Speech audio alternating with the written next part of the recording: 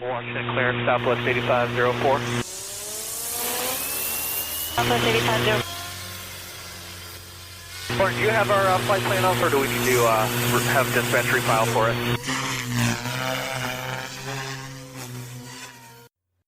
Hello, and welcome to TellARotor RC, a podcast about RC helicopters hosted by Michael, Mike, and Robert.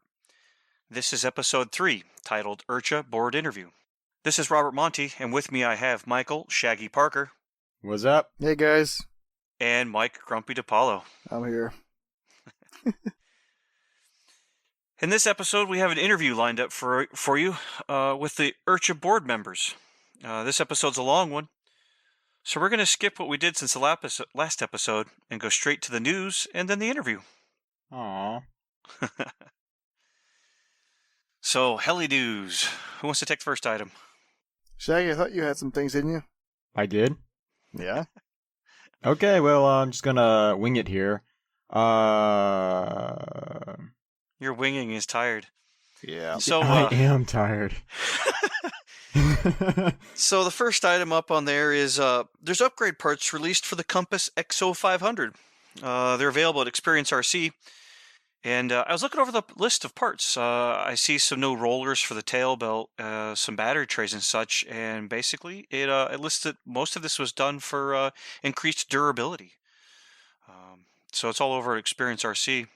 The other thing is they mentioned that all the XO 500 kits dated December 2017 or later, they will come with the upgraded parts in them, that's pretty cool. Let's go over to the new Blade Fusion 270 that was just announced. Ooh, that's cool. Didn't hear about that. Yeah, they put out a video, I think, was it right before February 1st, and they showed some way wide shot video of the heli, and people were guessing all sorts of sizes. But I think it was February 2nd or later that day. No, they put it out January 31st, and then the 1st of February they announced us the Fusion. What was your first remark, Mike Dipalo? Which one? The Fusion 270? Yeah, what was your first remark when you saw it? Why does it have so much rake? I thought that was a fad. Having flown, I used to own a T-Rex 250, and we've got guys who fly small helis at our field and usually take off from a brick placed in the grass. I can see the reason. I understand it. I mean, it's not like I'm trying to do F3C with perfect no drift takeoffs. I think the other thing I was saying is I don't know if the guys have been over the parts list yet, but I wonder how much is new and how much is reusable. Because reusable stuff isn't, sometimes the parts done right, it's a good thing. Saves you money, and you got more parts to share with other helis. You got that list loaded up there yet, Shaggy? Finally. Okay. Why don't you throw us some of that news there about item number 3? 3. Something about Mikado. Oh, yeah, 3. Patiently waiting for Philly to have football riots. I heard they were going to grease the light poles. Again, they had to do it last time. They made it to the Super Bowl. Grease the light poles. Oh my gosh. Okay, so for Mikado, for people that want to get a V-Bar or Neo, you buy one, you get the Pro Software license voucher free. This is valid to the February 28th of this year, 2018. So yeah, that's pretty cool how they're literally offering you to purchase the V-Bar Neo and you get that Pro Software included. What is usually the cost for the software? Okay, so the cost of Mikado USA list, the Pro firmware costs €30. The Pro plus Rescue combo firmware costs €84. The Rescue firmware as an update, if you already have Pro, can be purchased for €75. Okay. In other news, the Bavarian Demon, the representatives of Bavarian Demon have oh yeah, I saw that. Posted on Facebook. They're looking for team members. So if you love Bavarian Demon, you feel like you're representing their team, go check it out on Facebook. Yeah, I saw that. That was pretty cool. That's pretty cool that they're looking for people, and I'm pretty sure they're going to get a lot of new people to do it. So Only Flying Helis ran a drawing, and a winner was announced. It was Cecil. He's getting he won himself a free iCharger 206B from the folks at Only Flying Helis, Shannon and his family, which is pretty awesome. It's pretty cool. Pretty nice. Yeah, I've been wanting to get one of those to try it out, just as like a small little field charger. Looks like a nice little charger. Yeah. Six cell batteries, 20 amps. That's solid. The Shannon wrote down, thank you for everyone who was part of the drawing, and look out for the next drawing. So I'll probably give a shout, or go check out Only Fine Helis on Facebook. He's one of our local hobby shops in Virginia. He's always at our events, and we get to see his son out there flying and showing off. Caleb, Caleb's always fun to watch fly. He has a lot of fun with all his helis. He flies a really nice mix of Synergy and Protos, so it's always fun to see him. Any other further news anyone got? Nah. That fusion is freaking awesome. Stuff, but I can't talk about it yet. Uh-oh. But you can talk about it now. Nah. Nope. That'd be cut out. You'll see soon enough. Nope. Nope. Nope. And secret project is underway. So excited. Now, there's more than one. There's a bunch of stuff. Oh, I got a secret project, but the one that we'll be working on soon. So excited. Starting to do some drawings and stuff like that. That and one buying too. Parts. Yeah, there's gonna be some fun excited. stuff. For this interview, we interviewed the IRCHA board, the International Radio Control Helicopter Association. And the board is Charles Anderson, the president, Dan Lucente, the vice president of operations, Tim DePerry, the vice president of development, and Wes Minier, the secretary, who he's just newly took on and volunteered for that role. Congratulations, Wes. As you'll hear during the podcast that just some of the stuff that they do and work on, and what he's looking forward to working on. So with that, here goes the interview, and hope you all enjoy. Let's go ahead and, if everyone wants to rattle off their name, and so basically introduce yourself and what you do with IRCHA. Do you want to go first? No, you go ahead. Okay. I'm Charles Anderson, and I'm currently the president of IRCHA. I'm Dan Lucenti, and I am the vice president of IRCHA. My name is Wes Minier, and I am the secretary. Tim DePerry is also a vice president. Yeah, I think. And then we also have Craig Bradley, who's our AMA liaison / contest director. However, he's kind of passed the torch on the contest stuff. So. I count that as 5. And Craig, just for a piece of history there, Craig Bradley has been around the IRCHA organization forever. I mean, I think he's been involved for about 20 years. Probably one of the longest serving members on the board or as part of the AMA contest group in general. I would say for those who've been to IRCHA and don't know who Craig Bradley is, he is the gentleman with the mustache that is remarkable. Mustache. Yes. Yep. We affectionately refer to him as Walrus. Nice. I was just going to say, there better be a walrus joke in here somewhere. Yeah, he's got that perfect walrus mustache. Sweet. You can go anytime, Charles. Oh, you want me to say something now? Hell yeah. Okay. What is Make words. What does IRCHA do, and how does it benefit the community? Well, I mean, it's a pretty wide open question as to what does IRCHA do. It's an organization that everybody knows, or most people know, started in the 80s, and it actually started around the idea of F3C and scale. That was the beginnings of the helicopter industry, and it began as an organization mainly to have an event and be a voice for helicopter pilots, because we know that we're the smallest minority or segment of the hobby itself. So it's always good to speak together when you're dealing with the industry than to speak individually. IRCHA itself, right now everybody knows us as the Jamboree, but we also work behind the scenes with AMA on anything related to helicopters in the industry. And we stay pretty active behind the scenes, talking to companies and maintaining lines of communication with everyone so that we can kind of put people together here and there to make things happen in the hobby. I mean, our goal is to help grow the hobby and to have an event every year where everybody can get together and just have a great time. As far as being a voice of the AMA, what kind of things has AMA brought up? Well, Over the years, some of the things we've encountered are, the night flying rules that we've been a part of over the years. We had to deal with anytime there are some incidents related to helicopters. Sometimes we'll get consulted on the safety side of things, and so we'll have to come up with some of our own impressions or thoughts as to what might have happened or might not have happened. And we don't always get consulted, but sometimes we do. And we kind of help with some of the shows. When AMA has their events, we go to the trade shows and we try to always represent helicopters to everyone. We'll do seminars. We'll go to the AMA show and do seminars. We'll go to the Toledo show and do seminars. We try to be a positive voice for the hobby and try to help introduce people to the hobby whenever we get a chance. That's awesome. So growth of the hobby, what kind of activities is really going in growth besides the seminars and the AMA events? Well, I mean, as everybody knows, growth over the years has kind of been fairly cyclical. I mean, we went through when I first got involved with IRCHA back in the, I guess, early to mid 2000s, we were kind of on the beginnings of a big growth curve in the hobby. And then all of a sudden, the hobby itself just grew exponentially for about 10 years. And then as everybody knows, we kind of dropped off a bit over the years. So the idea, yeah, a little bit. The idea that we have is to try to have programs that promote the hobby as much as we can. And that means encouraging people to have events, encouraging people to be active in their local clubs.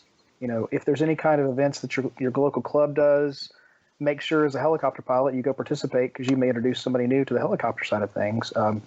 We're a very particular group. I mean, as we all know, we all have differences that bring us into the helicopter hobby, and we're usually a little bit more of the tinkerer side of things. So finding the people and introducing them to the hobby is an important part of being a hobbyist. I mean, you help to bring the new generation in. Sure, yeah. That is something that I've found interesting, is getting new people in. I know last year I went to an event that was near a college here in Virginia, and they had a bunch of college-age people there and showing them the helis. So one person actually had a transmitter and wanted a buddy box because that's what I was there for, and they were really happy to do that. Is there anything specific that the IRCHA can do to help clubs who are looking to hold heli events? Well, I mean, we're always available if anybody wants any input from us as to how events run. But it's interesting in that events, although they can kind of come from the same menu, they have to be tailored to each individual town or area. I mean, what may work on a large scale at the Jamboree may not work on a small scale somewhere else. But there are some basics that are common to every event, and that's planning. Starting your plan well in advance, because if you do that, you'll have a better turnout, better functioning of the event. Also, it's good to make sure you have a good group of volunteers. The Jamboree, for instance, I mean, we couldn't function without volunteers because IRCHA itself is a fully functioning volunteer organization. I mean, all the people that come help in some form or fashion. And growing and having events, sometimes it's a challenge because people just don't have as much time as they used to, and running events at a local level, they take a lot of time. Yes, yeah. And most people find that, you'll have one or two guys that are really interested in pushing and having an event, but they find over time they don't get as much help as they would like, and so they burn themselves out. And Sure. You see events come and go because, you have these guys come in who are really gung-ho and love the hobby, and they just don't get the help they need. So it's important to have, just people behind you to help support the things you want to do at a local level. Yeah, agree. I know Dipalo, Shaggy, and myself, and we help with our own events locally, and actually even just having them there to participate is helpful. It is. I mean, and you learn, like when you have an organization like IRCHA, for instance, we've had the same people for a long time. And when you work with the same people over and over and over again, you kind of learn each other's strengths and weaknesses, and you learn to work with them and around them. And that's a very important part of a successful event year to year, is having the same people return. So it's important to develop good relationships in the club to make that happen. It's very true. I know for our own club, our president and our vice president and our treasurer are usually there during the events, very much behind the scenes, cooking food, doing registration, and just generally around talking with people, which is, really nice. And I know I find myself telling a lot of people they don't get along in their plane club. I'll tell them, you know what, go buy a plane, go get along. And that's, I can tell you that's quite true. I mean, there are clubs that I have been to that function extremely well with airplanes, helicopters, quads, everything. And then there are some clubs you go to that you just do have some inherent disagreements between types of models. And it's not necessarily always just helicopters and airplanes. It's sometimes the quads now, or it's maybe the 3D airplane guys, or it's, it's some form or fashion, some little disagreement blows into something bigger than it should be, and it causes troubles inside of clubs. And it's a shame that happens, because in the end, we all are just playing with really nice, expensive toys. Agree. And Charles, what about some of the things that we do with IRCHA that people could do in their fun flies, like IRCHA's Got Talent and some of the other things that go on at IRCHA that you could incorporate into your own event, that's maybe not IRCHA size, or the Jamboree size, but would be, able that you could do? Well, and over the years, you've seen a lot of clubs, they'll have little auto rotation contests at small events, or they'll have, impromptu 3D events. Whatever works within each club's format. Is it just going to be a generally relaxed, laid-back fun fly? And if it is, they don't really have to do anything. But if they have enough guys who are interested in having some kind of auto rotation contest, or they could even have a basic class 1 FAI style contest. I mean, those are the types of events that you can run really easily. It all depends upon the guys who are hosting the event, what works for them. Sure does. I know in planning for a spring event, the Speed Flying Association, they're going to be out and doing drag racing and speed runs. And, we do have auto contest planned, but, Wes, I think you experienced it quite heavily this last year at IRCHA, and I seen it was trying to put a contest along, even an auto contest at some of the bigger events is like herding cats. It is. Can't seem to make enough noise. Yep. Well, honestly, this was Wes's really his first year kind of being involved with us running things at the event, and he did a fantastic job, I will say, coercing people to participate in our auto limbo. That was a random idea we had just to try and do competition, and essentially we knew with that contest we were convincing people to wreck their helicopters, and so pretty much that responsibility ended up falling to Wes. Everyone loves to see crashing. Robert there. He did us a solid. No crash. One of the few. Yeah, you had to be that guy. He was that guy. And it's funny because we decided this year that we would try just a bunch of new things. Worked on a different layout for center stage. We tried the auto limbo, the IRCHA's Got Talent, and sometimes having new things helps to make things a little fresh again and gives something new for people to try. And the auto limbo ended up being a great success. I mean, Dwight Schilling did a great job coming up with the rules and regulations and running that. And Wes did a great job getting the guys to participate. I mean, he had way more people compete in that than we expected we were going to have.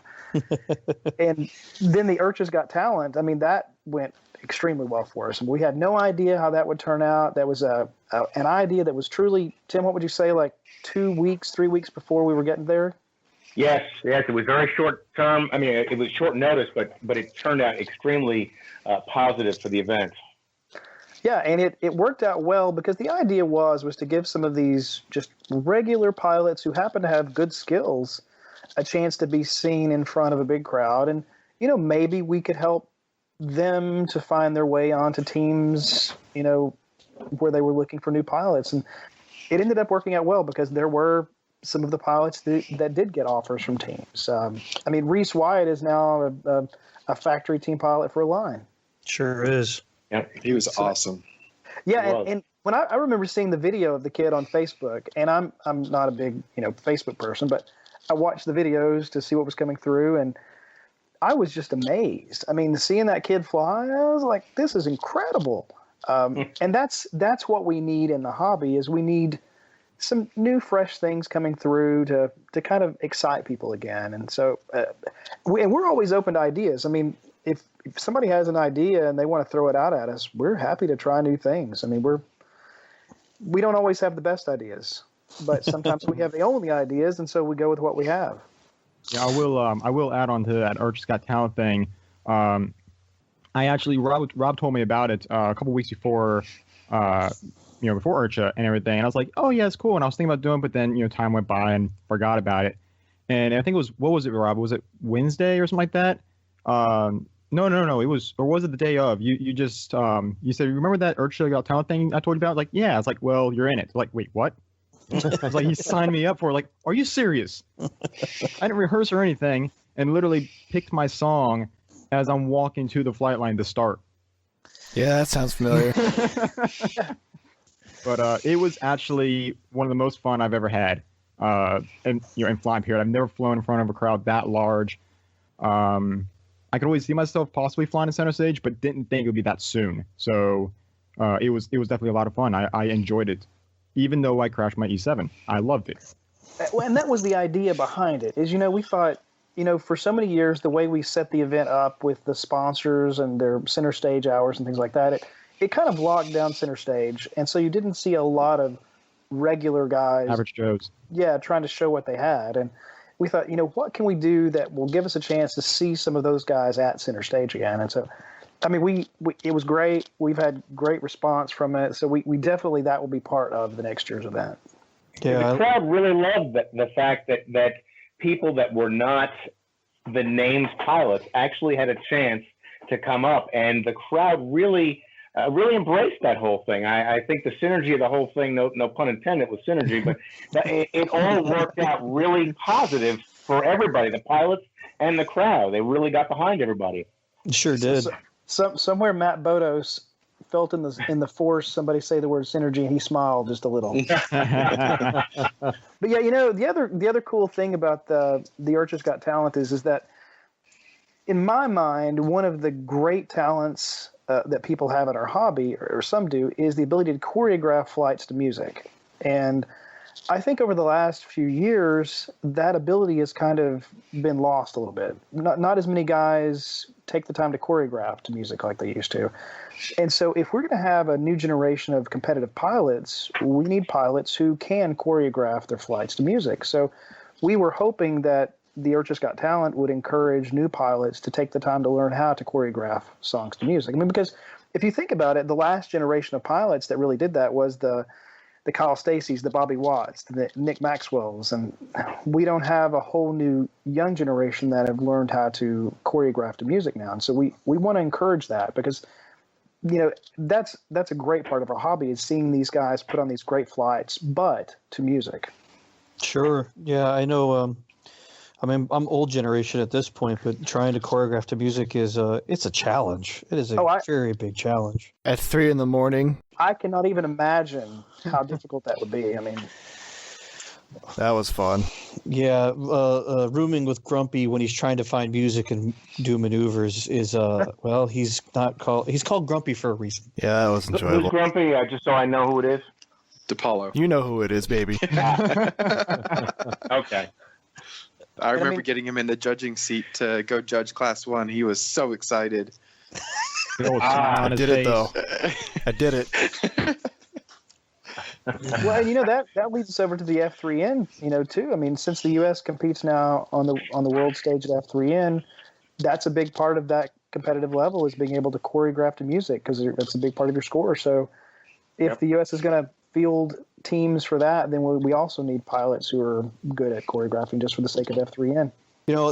It's a great point. And one thing that comes to mind is this is a team selection year. So, this is the year to get out just a few days before IRCHA Jamboree and get yourself a nets. And, if you're interested in traveling with the team and going, around out somewhere in the world to do worlds, this is the year to do it. Yeah, and a lot of people don't catch this now because it's not as popular as it used to be, but some of the best pilots throughout, I think, the history of helicopters, or RC helicopters, have competed in either F3C or now F3N also, in addition to just being a straight 3D pilot.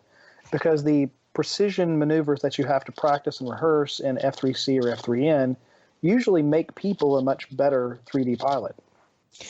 Yeah, that's a good point, Charles, because if you think about the grandfather of 3D in the United States, Curtis Youngblood, he's a 3-time world champion in F3C. So the precision aerobatics helped him become the 3D pilot of his time. And really, arguably at that time, there was no one even close to him. Definitely. Yeah, and if you look in Japan, I mean, Hiroki Ito has he won for multiple years, and he's considered the top 3D pilot in most of Asia. He is.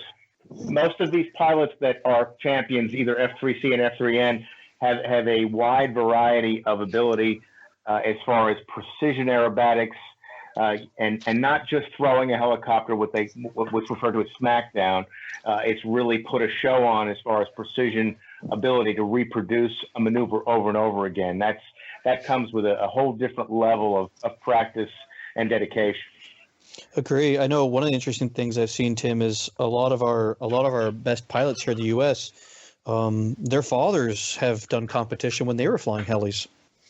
And well, yeah, that actually goes helps. back to Curtis Youngblood. His father. The first competition I went to was 1980. Believe it or not, 1983 in the Nationals, and I sat next to Curtis and his dad. Curtis was a young guy, and his dad was a competition pilot.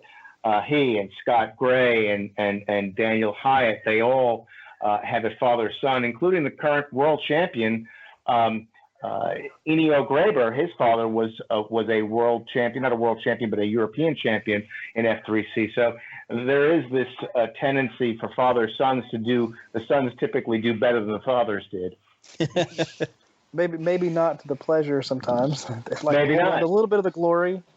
Maybe. Well, that reminds me, I mean, over many years when the iHobby trade show was still really big, Dave Milner and I were judges for the indoor flying competition. So we judged both the indoor airplane and the indoor helicopter. And pretty much king of the indoor competition realm for helicopters was Kyle Stacy. As a kid, he won just year after year at iHobby. I think he won 5 straight years. And then we judged, Jack Burnside had an event at Cardinal Stadium out in Arizona, I think 3 years. And we were judges for the indoor event there. And Kyle was also king of the hill back then for those events too. I mean, it was amazing the things he could do with a 450 size machine in a small environment. I remember seeing video of Kyle, I think he landed inverted, flipped throttle hold, and it flipped itself back onto its skids at iHobby. Yeah, he did. Oh, I was like, are you kidding me? I was like, can you do it again? I'll tell you one of the craziest flights that I've seen, and I think it's been scrubbed from existence of video, but Art Hughes was flying at Cardinal Stadium in the competition, and there are a lot of really bright lights up at the top of the stadium, and Art had lost the heli for a second as he was coming down, and Bobby Watts was standing behind him as a spotter. Well, Art lost it and just recovered it in his vision as it was coming behind him and in between him and Bobby. Oh, wow. He rolled it knife edge and flew in between him and Bobby and came back around without crashing. And you know how in Vegas the dealers, like when they're out, they wave their hands and go, "I'm done"? Yeah. Bobby did that. He's like, "I'm done." But it was the most incredible save I've ever seen, and I don't think there's any existence of video out there anywhere. I think it disappeared, but there was some crazy flying on the indoor circuit there used to be, and I don't think there's any really indoor competitions now like there used to be at iHobby and at the Cardinal event. I mean, those are pretty cool to see what pilots could do in small environments. That sounds cool. Yeah, I mean, that makes me wonder. We've got a pretty large crop of small helis right now. And a lot of them are actually surprisingly good. Yeah. Fly-wire systems are hot these days. I wonder why we don't have a indoor contest. Well, I think, of course, the iHobby slowly died over time, and Toledo doesn't really have a big enough area for it. I mean, they used to have an indoor competition, but it was mainly a fixed-wing indoor thing. And then the Cardinal Stadium event I think it was too expensive to continue on, and it lasted, I think, 3 or 4 years.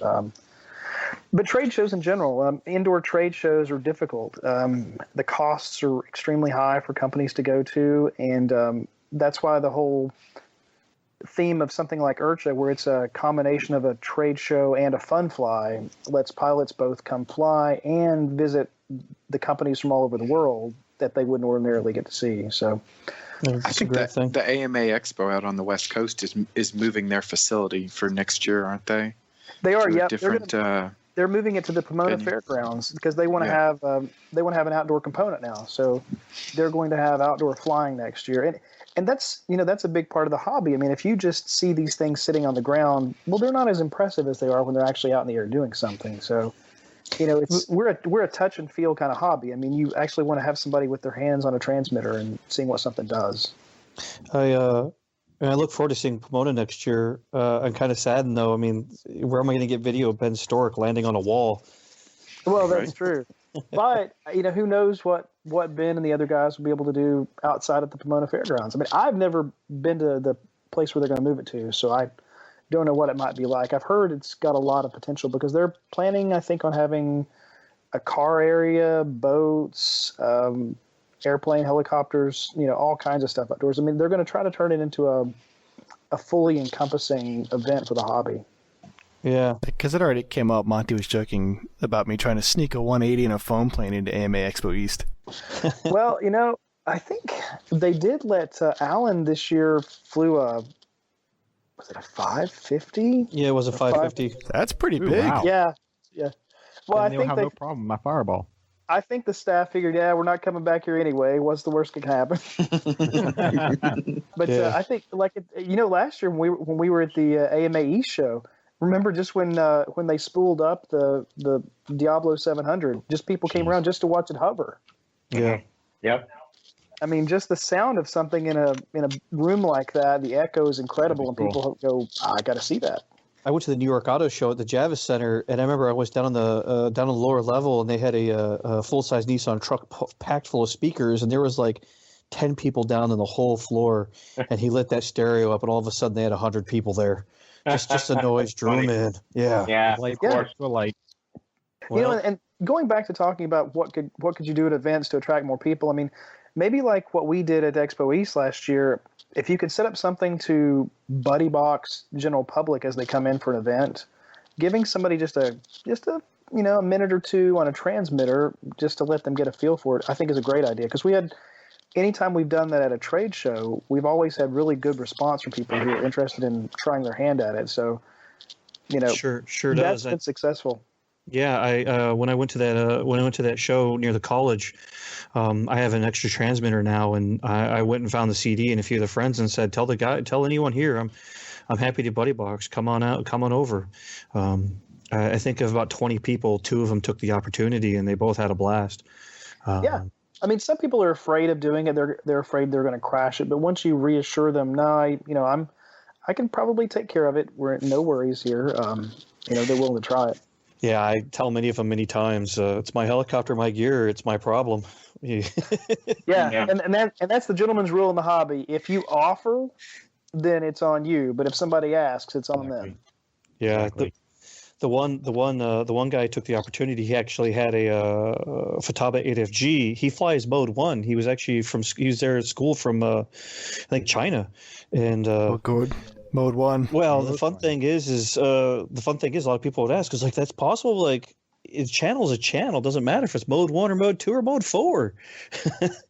So yeah, I took the blades off the helicopter, tail blades. We went through, did the whole thing, worked fine. Took them out, and let them fly. Nice. Yeah, I mean, and that's a big deal. And machines are so much easier to deal with now than they were even when I started back.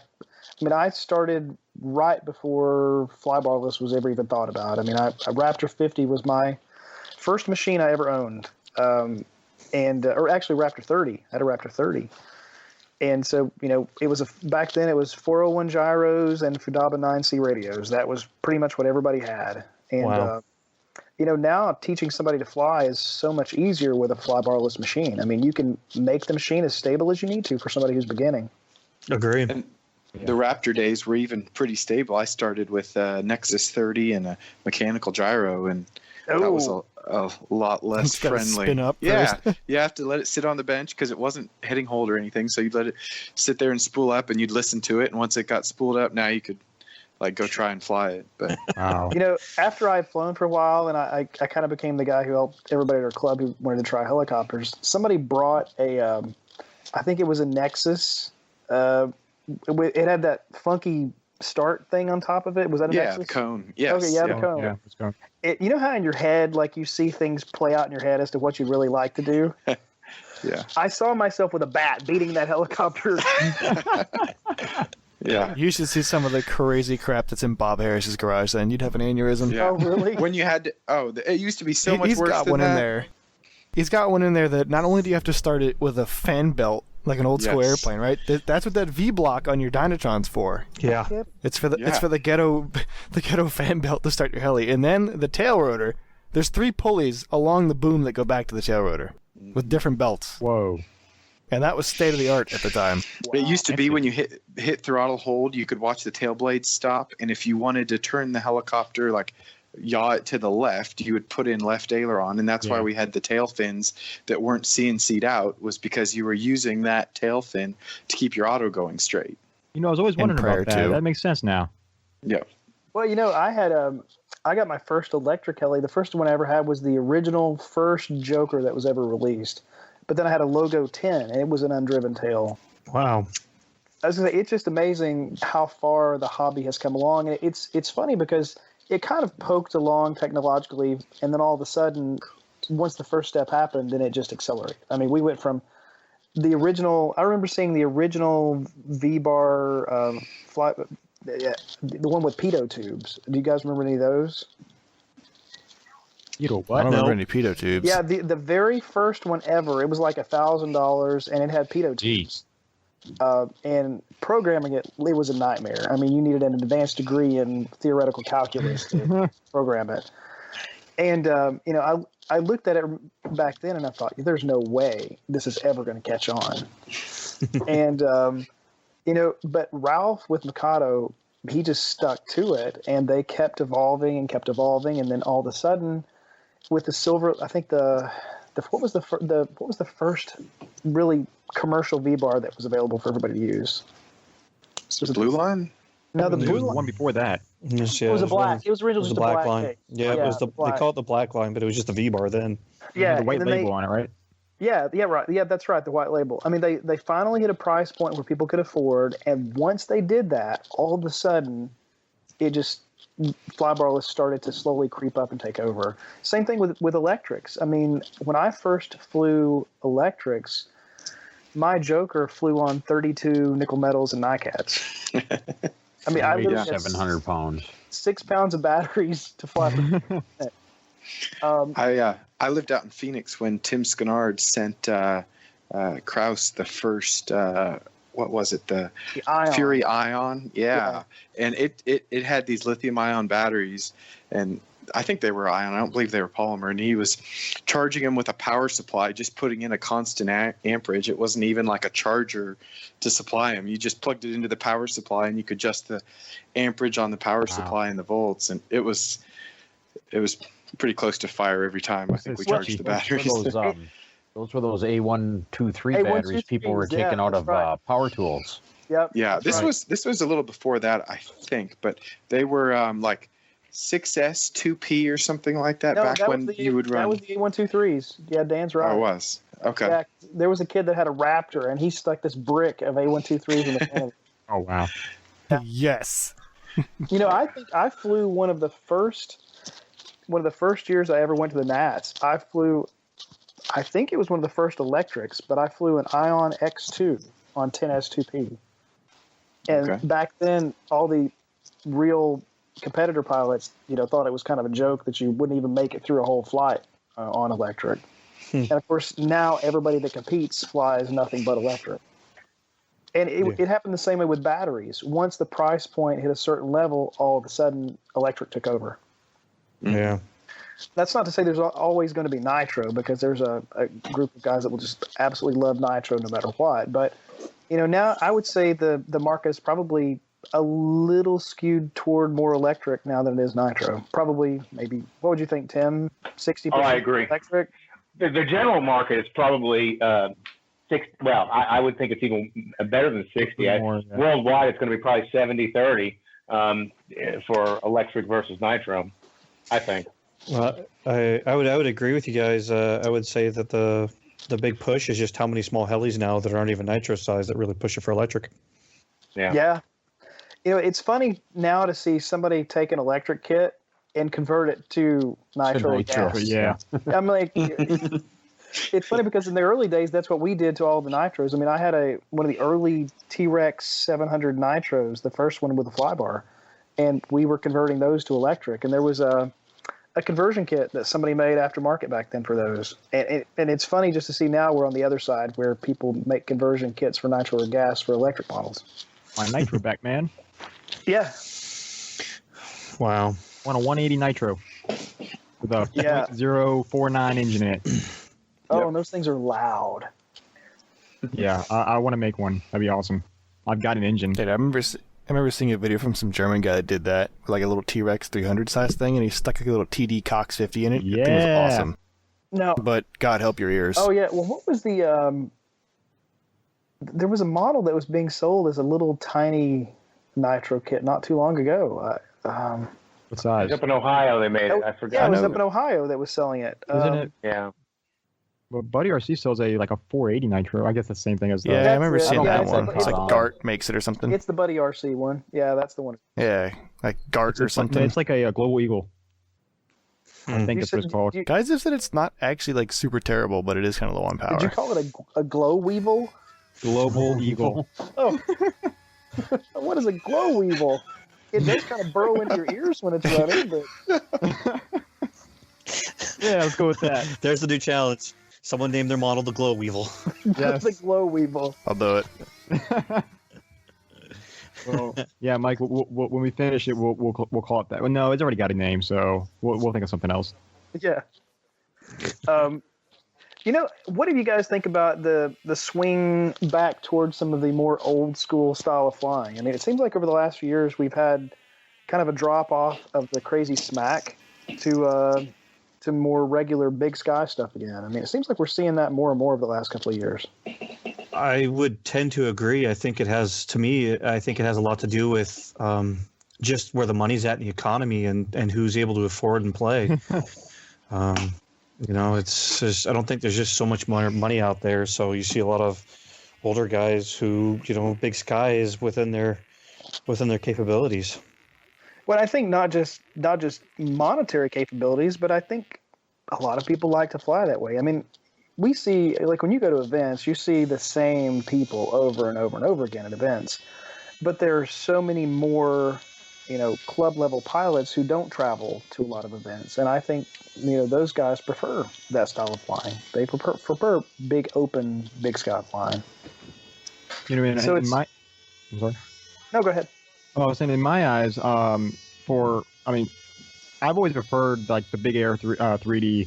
Of course, sure, getting low to the ground, smacking it around, it's always fun. Trying to get as low as you can. But, for me, I like flying the big air because it seems, I don't know, I guess because I'm coming from an airplane platform, I always fly, high up. I never get low to the ground. So maybe that's part of it there. But flying really just smooth, big air and very precise, just it draws me in. I enjoy seeing that. Especially like as simple as a Cuban 8. Oh yeah. You pull on top and then you roll at the top and try to keep that roll as straight as possible. With a plane, it's fairly easy because you just boom pull. It's super easy just to roll right out of it. But a helicopter is a little bit trickier. You got to make sure your pitch and everything is just right before you roll over. If you don't have your pitch just right, you're gonna freaking make an oval. And, or it looks like mine in the FAI stuff where it looks like it's having a seizure midway through. So maybe because I fly planes, but that's just something that's always intrigued me since day one is flying more big air than close to the ground because flying close to the ground costs way more money. Oh yeah, it does. It does. Well, and that makes me absolutely. wonder. So that was kind of my start. I liked pattern airplanes. I had a Chaos and used to fly, big precision stuff with airplanes. I mean, is that what a lot of you guys did, or were some of you straight to helicopters? I've gone backwards. I'm weird like that. I've started with airplanes. Backwards. Yeah. Mm-hmm. Really? Yeah, So, backwards. Huh. I built a jet. Kill me. no, I've got a couple of EDFs myself. I've got Oh, he's got a jet. A Dolphin, Turbine. 71-inch Dolphin. It's like the cheapest, most awesome sport jet you can throw together, and then you can laugh at all your other jet friends that blew twice the amount of money to put a jet together. It's like $3,000, and then go do knife edge tumbles with it. It's hilarious. It's a wonderful little Very toy. tempted. But I think You should see the old guys. They freak out when it's like, all right, it's time for a crankshaft with a jet with no thrust vector, and they lose it. So how much does this one cost you? I mean, when you build it, It's like $3,200, all said and done with good stuff in it. with everything? Yeah, right? Crazy, Yeah. isn't it? That is crazy. And it's not the Motor, Ecofoam one. plane. Yeah, the pilot makes Oh, it's it. not like the one So that we're- Greg Alderman melted. I had one of those. I had the F-16. That's the first jet I ever had because I got it real cheap because a local hobby shop, they burned out the electronics. So I was like, well, I can fix that, but, knock it half off. And he's like, all right, cool. So I took it home, got it together with Casey, and went to fly it, and it flew fine. But the problem is, with the 60-size engine in it, it is depressingly underpowered. You're going to be terrified the entire flight. Oh. Wow. It's lots of fun. So that got sold because it was, well, you couldn't do knife edge and cool stuff with it. And I learned my lesson. I went and got the sport plane, the Pilot Dolphin. Thing's a ton of fun. Huh. And the best thing you can do with it is you go up, you do a couple 170-mile-an-hour passes at eye level, all the pattern guys land, and then you go fly a helicopter. That's to break the ice, to clear the field. I think a couple of them figured out what I'm doing when I go up and I only fly for a minute and a half, and then I have a heli out. Oh, so they found you out now, huh? I think they've realized my game, and I got yelled at. It's funny, learning how to get along in a club like that. But I mean, you've got some guys that just they do love watching helicopters, even if they don't like to fly them. Like I like to watch turbines. I think they're cool as all get out to see in the air. But I'm probably not going to build a turbine. And to me, it's just way too much money in the air. I said that too, and then I built one. Then you built one. Yeah, we had a bit of a push at our field this last year, and I went and got my turbine rotary rating from AMA, and Mike got his fixed wing, and I think two other people got their fixed wing turbine. I want to do it. It's kind of interesting around the club. A lot of guys are like, "Great, this has become a heli and turbine club." Yep, I'm happy with this. And that's kind of a strange, kind of a segue there too. That's one side of the hobby that actually seems to have grown over this downturn. Is turbine events seem to have been stronger and actually have more people attending. I think a lot of it is the engines themselves. They've started making better ones that are smaller, and they're a lot less expensive than they used to be. Really? That's the biggest thing right there is the turbine. Well, the 85 that I used for the Dolphin, it was $1,600. Wow. Whereas the 160 or something like that a buddy has for his big Avanti, it's like $3,200 for that thing. It costs more than my whole jet flying. Wow. Yeah, I had an F4 and I sold the motor out of it. It was an AMT Pegasus. I sold it for that's old school. $3,500. Yeah, I'm old school here. Right? I sold it for $3,500 used, the motor. Dang. Back in probably 2009 or something like that. I think the thing I see is the throttle response has gotten a lot better on a lot of these model turbines. Oh, way better. I'm kind of thinking about putting one in a heli now. Because like an 85 power engine and a 60 size case in a heli would be a riot. Yeah. But I don't know. Inside N7 turbine. But I don't know. Do we have any model helicopters that are still designed around a turbine? I mean, I think Bergen still makes his, doesn't he? Vario makes theirs too. Yeah, Vario makes one. But I mean, an aerobatic version. I mean, do they still make a benzene trainer? I don't know about that one. I think Chris will make you one if you want one. Yeah, and then I know, was it Dan Minnick, Robert, who made a conversion for the N7, and then it's mostly drop-in with like a Ren 54? Yeah, I think it is. Yeah, machinist guy. I actually have a Ren 54 and a turbine observer sitting in a storage unit right now because I'm too lazy to put it back together. It's not broken, but it's just needs love. So I think turbines on helicopters, they make more sense in the scale area. It seems like that's what work. I've run into that. Like a turbine heli, it does kind of the same. I mean, I flew one. It was fun. It's got power. But the electric is, or a Nitro even, it does the exact same stuff. It sounds cool and it smells cool, but it's not like a turbine jet plane that, all right, well, instead of going 100 now, it does 200. Right. I think the turbine still wins at the measuring contest. Yeah, there's always that. Yeah, it probably does. Yeah. I mean, I even get shit for pulling my little wood missile out. They're like, that's not a real jet. Wow. But Yeah, that happens. Like some of the scale stuff you see over at the Nats, I mean, or even like when you go to Sprayberry's event down in Georgia, I mean, those are insane. Yeah, the level of work that you see in some of those machines. But even a lot of those guys have gone over to electric over the last few years. So you don't see as many turbines in scale now as you used to. It is just easier. Yeah, I mean, and the power. So the power is there, the ease and simplicity. I mean, it's really hard to beat electrics in the hobby. I mean, I remember years ago when you had somebody say, "Hey, what would you recommend as a good first model?" It was always something with an OS 50. In fact, that was the most reliable nitro motor there was, the OS 50. Go buy a Raptor. Yeah. And now it's generally speaking, my opinion is that something around a 500 sized is your best first model to get into. I mean, if you've got the money and you can spend it and get a 600 size machine, great. But a 500 is a pretty good sweet spot on price and stability and everything like that. And it's a huge weird. Advantage of 6S batteries on the 500 size too, which especially for a beginner is the way to go. Yeah. You're going to start wrecking battery packs. You don't want to be wrecking a 12S stick. Exactly. Yeah. I mean, and so if I say, hey, if money's no object, a 700 is fantastic. But if if you need to think about how much money you're going to spend in crash money, and you are going to spend money in crashes, then you need to look at something that's a little more manageable. And, what do you guys think right now? Like, what's the general? It's always different in each area. What is a good beginner model you guys see up in your area?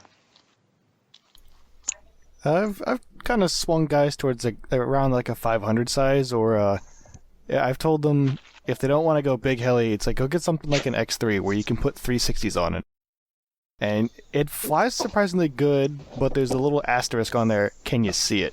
Yeah. Because some guys can't see that.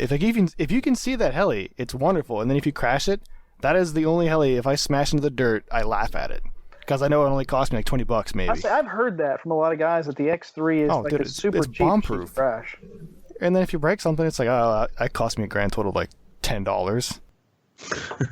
It's funny, but I think probably one of the machines that I got the most learning out of was the original T-Rex 500 with a flybarred head on it. I started with a 450 T-Rex with a flybar, yeah. Yeah, same here. 450 T-Rex flybar was my first heli.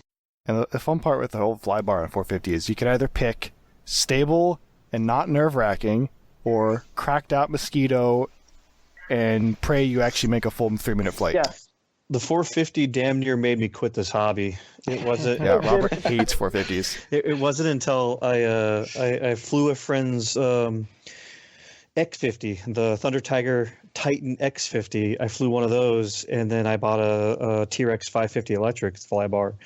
That was actually the heli I learned a ton on. 450s were too cracked out. I owned one. I owned a 250. I smashed the ever-living hell out of them. Well, that was a mistake. That was a mistake, yeah. The T-Rex 250. That thing you buy, you thought it would be cheaper, and it was a trap. It was the cost. It was the cost of a 450, except you couldn't see it. And I've never been a big fan of the ultra small helis, just because number one, they are an absolute pain to work on sometimes. You break anything, and it's impossible to see it and get in there and fix it. But I got a T-Rex 150, and I hit the garage, the mailbox, the pavement.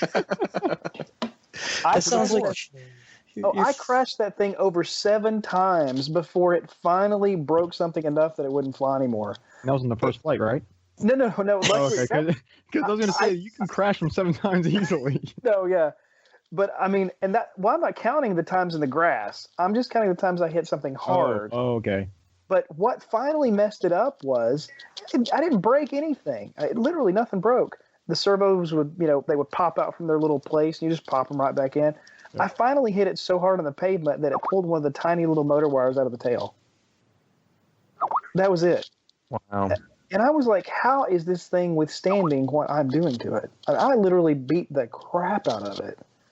Low weight and plastic fantastic. Yeah, I guess. I mean, years ago, I had one of the original MCPXs, and I let my buddy Lonnie Brock fly it. Like, he just came to the house, and I said, hey, here, try this.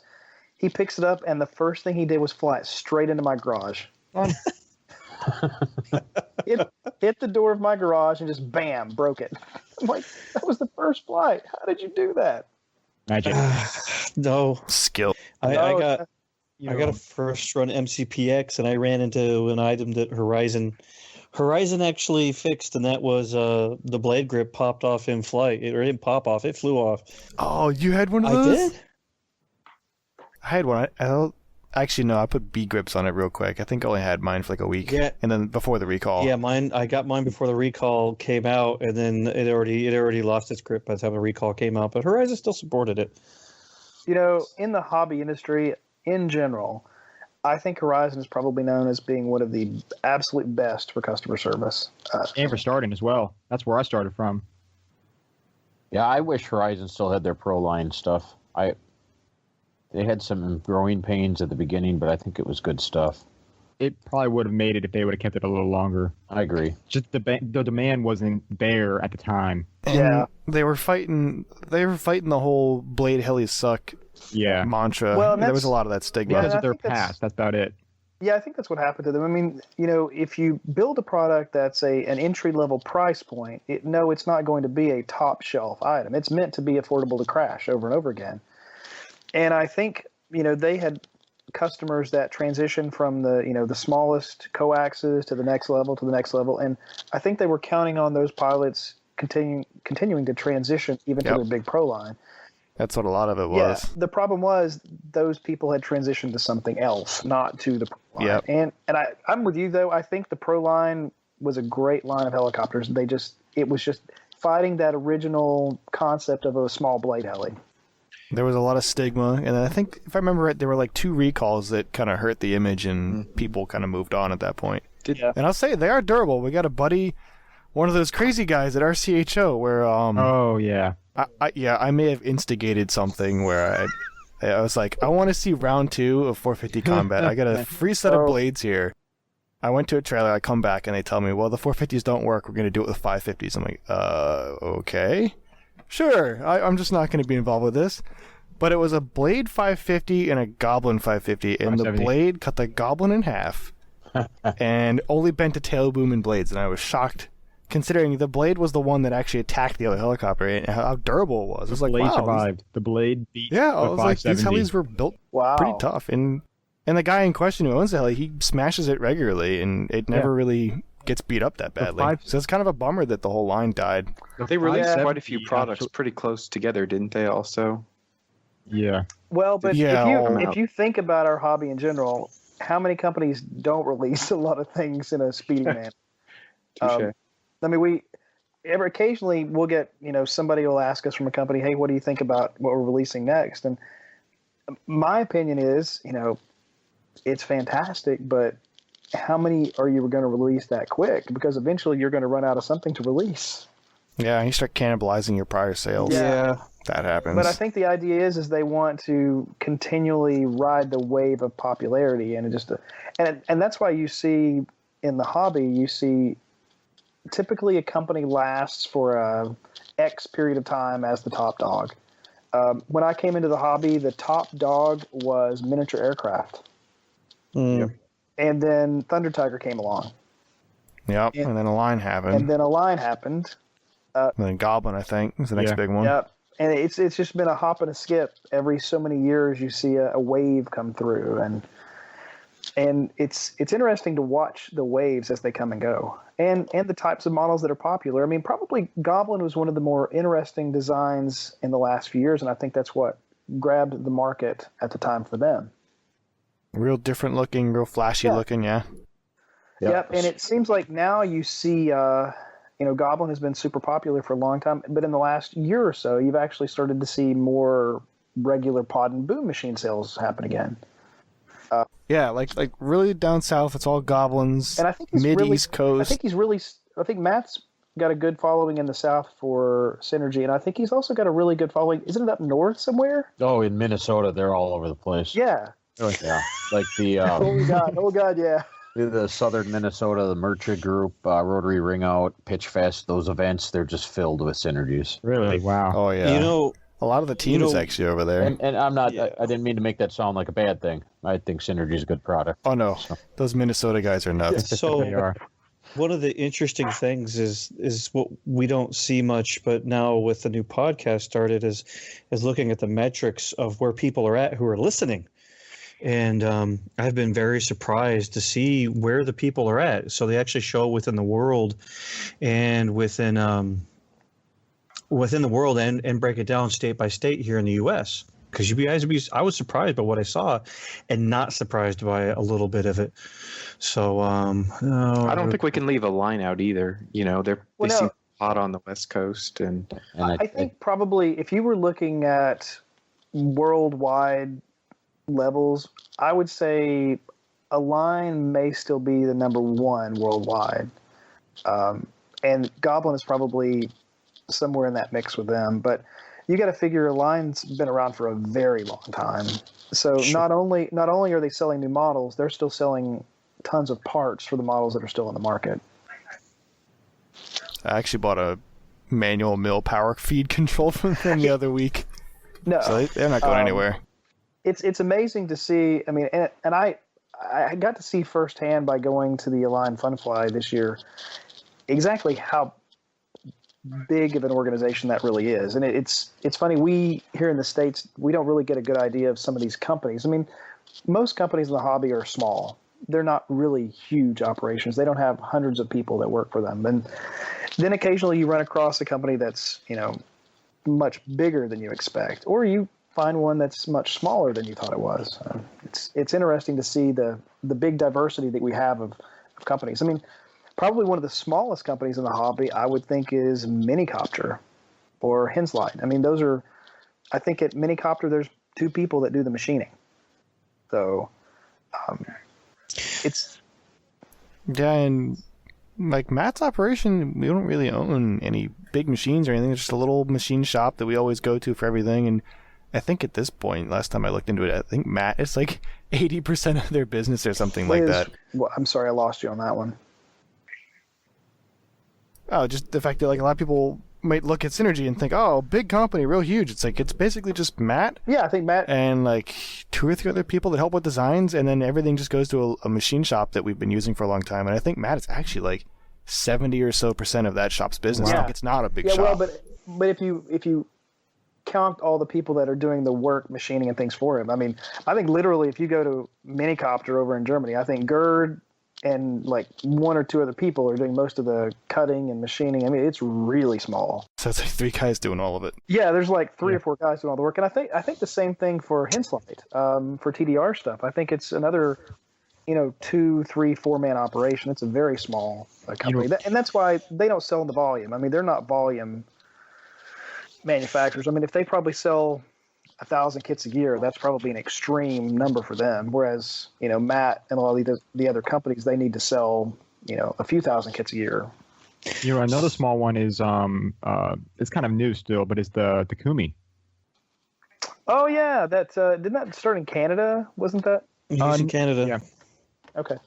It's got that funky Darth Vader looking thing to it. I think one of the guys is in Canada, but I think isn't it originally like Taiwan or Japan or something like that? Or maybe I'm thinking of something else. Oh yeah, it's the one with the motor in the back with the crazy worm drive. Motor Yeah. Horizontal. It's very cool looking.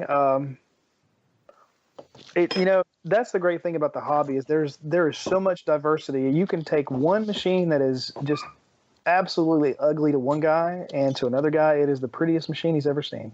Kind of like goblins are to some people. Some people look at those bodies and just go, "Nope, couldn't do it." Yeah, and some they're beautiful. Yep. Remember our reaction when we first saw the Goblin, or our reaction to the Thunder Tiger canopies. The odd hump on the underside of a Thunder Tiger canopy. to a point I was talking about a moment ago, just, like the top 3 states that download and listen to this podcast in the U.S., California, New York, and Virginia. I can tell you there's like Montana and a few other states in the middle that there's just no one really listening. Just when you start talking about where people are at. Yeah. Yeah. Top 10 is California, New York, Virginia, Texas, New Jersey, Ohio, Georgia, Maryland, Pennsylvania, and North Carolina. That's the top 10 for states in the U.S. listening. You go down pretty far, Arkansas, Maine, Nebraska, New Hampshire, South Carolina. That's single digits. And when you go into the world picture, the thing I was surprised about is just who number 2 and number 3 are. The United States, of course, has the most downloads of this podcast, and the other thing that'll affect it is it's an English podcast, so Asia may not download a bunch, but Australia and the United Kingdom, they're United Kingdom is actually number 2. Australia is number 3. Australia has actually been number 2 for the longest, just in total amount of downloads, and I was really surprised about that, just them being number 2. Canada's at 4th. Yeah, well, yet again, I got to call back my buddy in Australia to download the last 2 episodes. He's been slacking, so I'll call him back up soon. The geography one interests me, though, especially, it's hard to look at like sanctioned events in the AMA calendar and figure out where people may be at, but you start to look at your sales results or other things and you're like, oh, so 0, huh? No one's buying from there. Huh. That is interesting. But again, it goes back to the whole idea. Our hobby is, although it's an international hobby, it's very regional. If you've got a couple of guys in a club that really like a Synergy, then the other guys who join that club are probably going to buy a Synergy. If you've got a guy who likes a Goblin, other guys are going to buy a Goblin. If they like a Line, they're going to buy a Line. I did kind of see that. Like the Thornburg Club, I was the only guy with a Synergy heli for probably a year and a half. It's the original E5 I've got. I think it's probably like 5 years old now. And then it was probably 2 years ago, maybe 2 or 3 years ago, a ton of people started buying Synergy helis at the field after Monty jumped into. Because of that, because you guys have Synergies and told me a lot about them.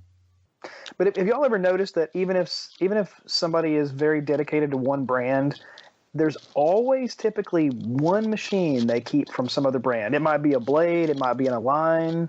Even if they're Synergy dedicated, they've got some blades somewhere. So even if somebody's dedicated to one brand, they typically cheat a little bit, and they've got some other models around just because we all tend to like a little bit of everything.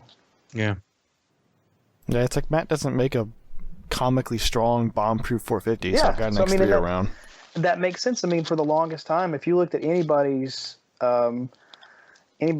shelf, they might have $2,000 or $3,000 machines, but they've got a T-Rex 450 in there. Or they had a T-Rex 500 in there.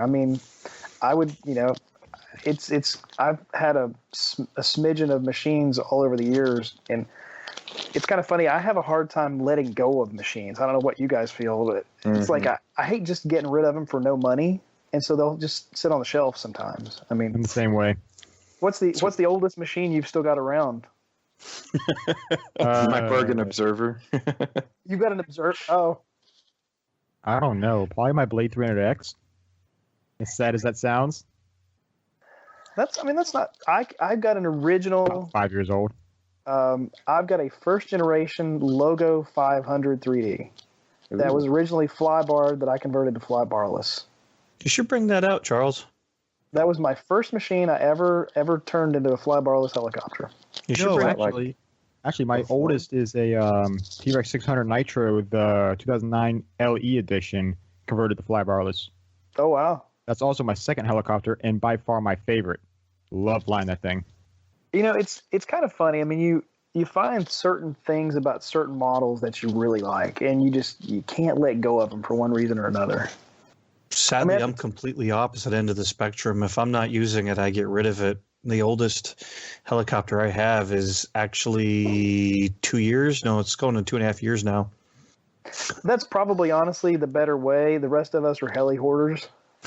Well, I originally started as a plane hoarder, having planes dated. Well, my dad got me into it, so there are his that are way older than me, and they still fly, man. They still fly. We still fly them on a pretty regularly. But no, I mean, yeah, based off of flying planes, yeah, I still have my very first plane. I still have my very first helicopter, and yeah. So. Oh, there's a question for you. What monstrosity was your first airplane ever? Mine was a DuraPlane. Mine was. What? I've heard of it. I had a Balsa USA Stick 40 Plus. Here's a guy from Russia the flying DuraPlane one. was hideous. It's a plastic channel with an aluminum tail. It was a foam wing with some rods in it to reinforce it. That thing was bulletproof. You could truly cartwheel it down a paved runway, and it was. Sounds like a I still have it. I got that plane as a Christmas gift in 1988 when I was still in high school, and I still have that plane. It's in my airplane museum, and the first plane I ever built myself was a Midwest Aerosport 40. Oh, nice! Wow. And I glued the living hell out of that plane. It weighs about 14 and a half pounds. Like, I think Robert's seen my first foray into airplanes. I got a chance to experience the full life cycle of owning an airplane in a single weekend.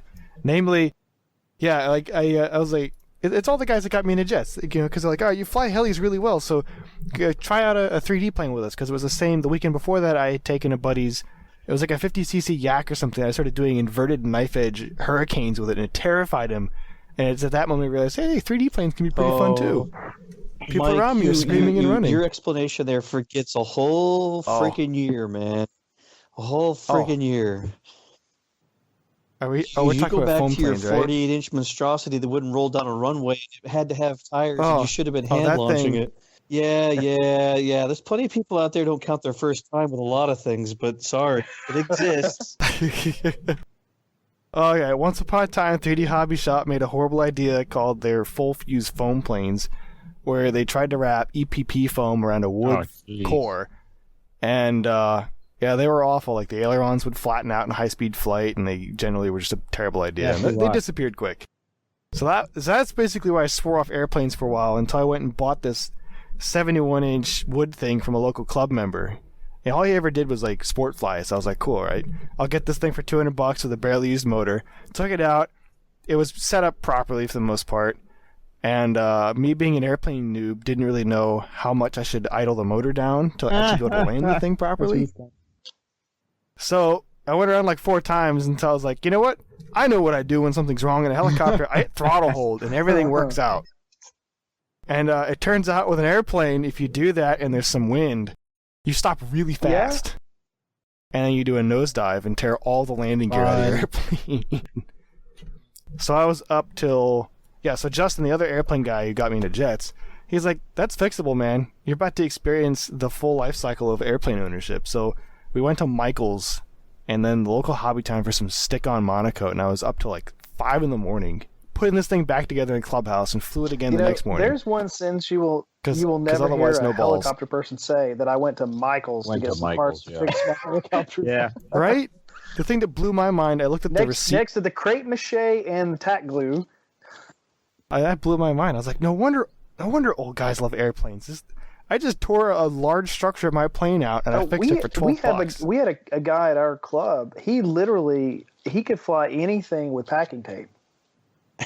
I mean, I have seen him rip off an aileron and just packing tape the aileron back on. Hey, packing tape, duct tape, whatever kind of tape. If it's adhesive, it'll work. Yeah. Oh no. It's your backup monocoat, man. It's your backup covering. And I get a nick on a carbon blade, and I want to get rid of them because I'm afraid something's going to happen. Just want to take duct tape and start wrapping over. Oh yeah, like Charlie. You know Tavis? Flies big airplanes really close all the time. Oh yeah. Loves smoke so much he chokes out on it. Loses his plane in the lights. Oh, that was good. Yeah. But I'm pretty sure his old plane he had for like 14 years and somehow never smashed it. It was more packing tape than it was monocoat. Oh wow. That thing was glorious. Flew that thing in the water, pulled it out, and flew it again. The whole thing. If you looked at every single wooden spur rod and the wings and the fuselage, they were all twisted.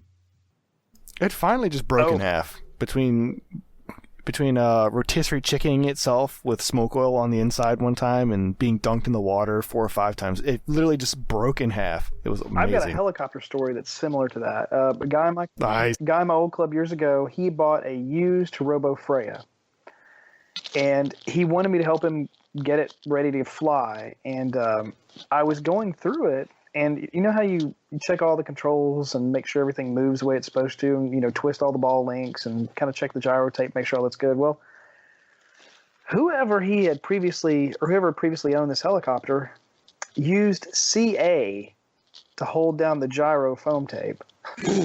And Nice. He had CA'd the servos. I guess he was afraid they would come out. And I told this guy, I don't think we should fly this. I said, this is just kind of like the little sprinkle on the icing, because we lift this off, there's going to be like a worm in the cupcake. So we should not fly this. And he was determined. He said, well, if you don't test fly it for me, I'm going to fly it anyway. Test flyer, no balls. Yeah. And so I was like, okay, well, I'm probably a little more capable of making sure it doesn't hit us than he is. So I put it like way the hell off, from us. And I go to take it off, and it actually lifts off. It's okay. And in a split second, it destroys itself 2 feet from the ground. Oh, geez. Literally, just stuff went everywhere. That's awesome. And I told him, I said, he had glued the gyro down. We should never have flown this. But so you never know. Even with a helicopter, somebody can do some crazy stuff. So if you buy used machines, go through them with a fine-tooth comb. Oh, yes. That's what I do. Unless you know the aircraft really well, take it apart. And even then, you might know a guy and think he's great, but he might build like crap. That's generally a bad point for beginners in the hobby too, is when they go to buy something used and they get taken by somebody who's just looking to sell something. Because we all know that if you get extremely frustrated with your first model, the odds of you buying your second model are pretty slim. Oh yeah. I mean, it's always good if you pulled down a hole. Yeah, it's always good if somebody comes into your club and is looking for help. Really try to help the guy. I mean, don't just help him a little bit.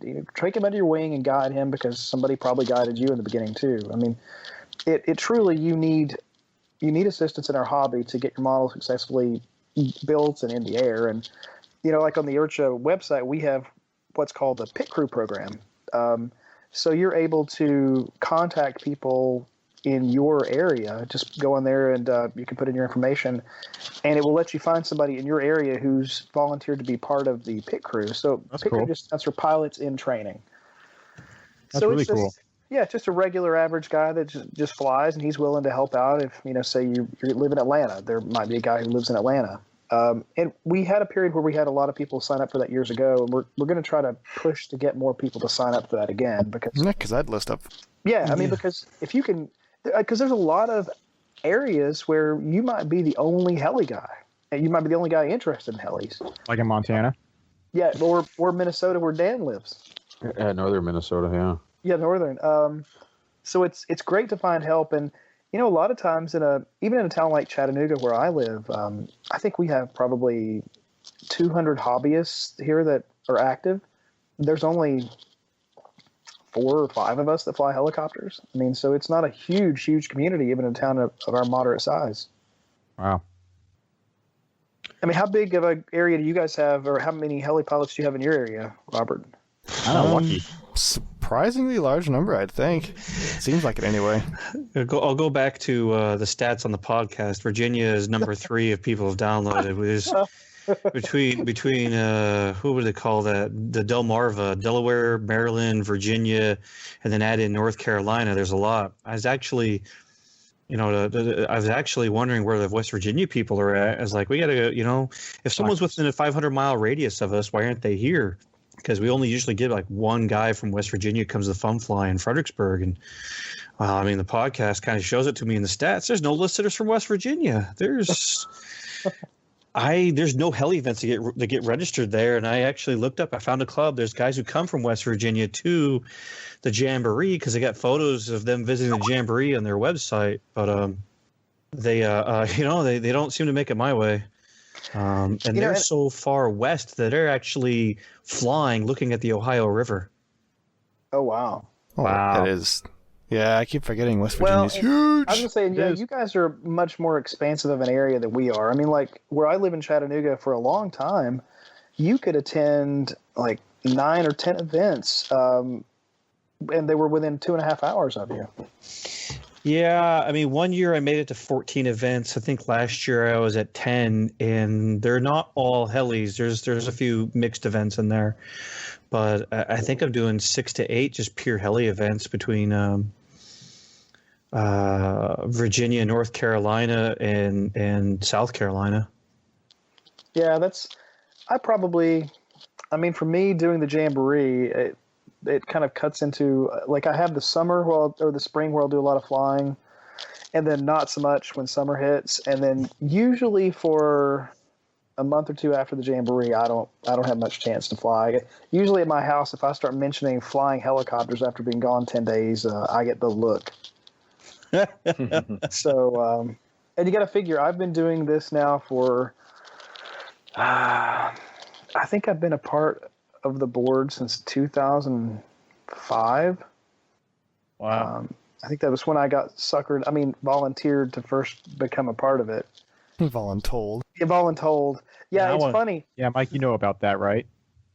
Yeah, unfortunately. Yeah, it's funny how I got brought into this. I used to have a local level event, the Chattanooga Heli Jamboree, and my background was in medical sales and marketing, so I marketed the event early on. So within the first year or two, I had Pepsi as a sponsor, and I had massage therapy schools sponsor it. So we had on-site massage therapy tents for pilots that came to the event. Dude, Monty, get on that. Yeah. And so I had gone to Clint Aiken's birthday event down in Georgia, and I met Dave Milner and Brett Walker, who were on the IRCHA board at the time.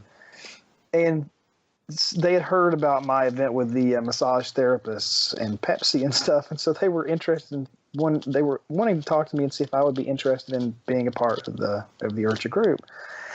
And I was still reasonably new in the hobby. I mean, I hadn't really been involved too much yet. I had gone to the Jamboree once before as a volunteer. I went and I worked radio impound. I know most of the young pilots, and I don't even know what that is, but we had to stand in a trailer all day long and control who got what channels and, take them in and out.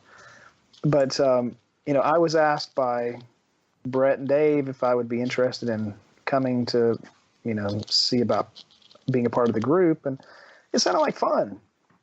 And they said, board positions are 2 years and, that's all you're committing to. Yeah, right. And so they ended up coming to my event in Chattanooga then that spring, and they came and partook in the massage therapists and such. And then I went that year and was part of wasn't officially on the board. I came and worked just with the group, and then that next spring I was officially a board member. But you get involved, and it's like with everything. You have people who show interest in becoming a part of something, but over time, how many people really stay and commit?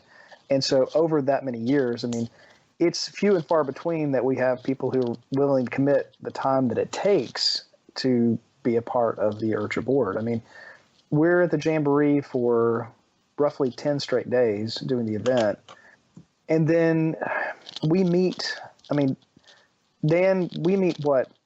monthly early on, and then we go up to every 2 weeks and then weekly as we lead up to the event, because there's a lot. And that's meeting as a group. That's not counting all the text messages back and forth from Charles and I, or Tim and I, or there's quite a bit of communication leading up to an event like this. And there's a lot of communication with companies. I mean, we'll speak to people that either own the companies or represent the companies or their marketing departments. Just over time, throwing ideas back and forth. What would you like to do this year? What can we help you promote? Because our goal for the companies that come over is, to try to help them use the time and exposure as much as they can. And of course, we have a lot of international companies that come over, and this is really the one big time they come over to the U.S. each year. And it's because one of the few places where you get such a large number of pilots at any one given time. But there's a lot of time involved. And in addition to just the IRCHA event itself, we put in, we're at the Toledo show representing IRCHA and helicopters and the AMA for like 4 or 5 days. And then we typically will do one of the AMA shows. And so that's like 4 or 5 days there. And again, it sounds, fun, and it is fun, but there's a lot of work involved too. I mean, we're all taking vacation time and time from families and things like that. So it's a give and take. I mean, we know that it's fun for us. If we didn't have fun, we wouldn't do it. But it's also committing of time. Yeah. And it's great. I mean, having you guys, Robert, that were willing to become part of our ambassadors program. I mean, that helps us out. You and there's myself. There's Eaton and Sprayberry, and then we've kind of suckered Pete into being a kind of ambassador. So I mean, we've not officially branded him yet, but yeah. And then Mike Unger too. So I mean, it's great having some new people who are interested in helping out. And then Dan Lucente, who's on with us, he was kind of a transitional board member for several years, and then when the time came and we were able to bring him on, we brought him on too, and then we had another position open up, and so now Wes is part of our group. So it's being on the board for so long, I can tell you it is great to have new people come on and be a part of things, because I love coming up with ideas and plans, but over time we need new ideas and new plans, and that's the only way we can help to grow and be fresh, is to have different input. We also need the extra people to rein Charles in and tell him his ideas and plans are dumb most of the time. Yeah, and that's part of what's good that goes on. I mean, I do come up with crazy ideas sometimes, and I need people to say, yeah, that's not going to work. We can't do that. Yeah, it was fun last year before the Jamboree. Some of the emails I received from you, and it is like, yeah, that idea sounds cool, but I think the pilots are going to cheat. Yeah. Well, and that's the only way that it works. I mean, this is something that goes on all year long. I'll have a random idea that'll come into my head, and I'll email Dan and the others like, hey, got an idea. What do you guys think? And that's really the way that things have come about. I mean, the first year I was officially part of the group, back in 2005 or 6, I had an idea for pylon racing with 450 helicopters, and that was the birth of what was called the Carnage 450. And we ran that, I think, for 3 or 4 years, and it was truly, as you can imagine, nothing was left but just pieces. Monty, why are we not supporting this? Charles, I think there's a whole state that just erupted in happiness knowing that our board members support Carnage. Yeah, hey, as long as there's a safety area, we encourage fun. I mean, sometimes people think we are the fun police, but we just have to make sure that things are up to the safety expectations of AMA, and we don't want anybody to get hurt. I mean, because in the end, it falls on our shoulders. I mean, if somebody gets hurt, we feel guilty. I mean, we feel, did we miss something? Is there something we could have done that could have prevented this? I mean, so we worry every year, are the safety lines where they need to be? Do we need to expand anything more? Do we need to do anything different? But we encourage fun. I mean, we're just like the rest of you guys. I mean, we want to have fun.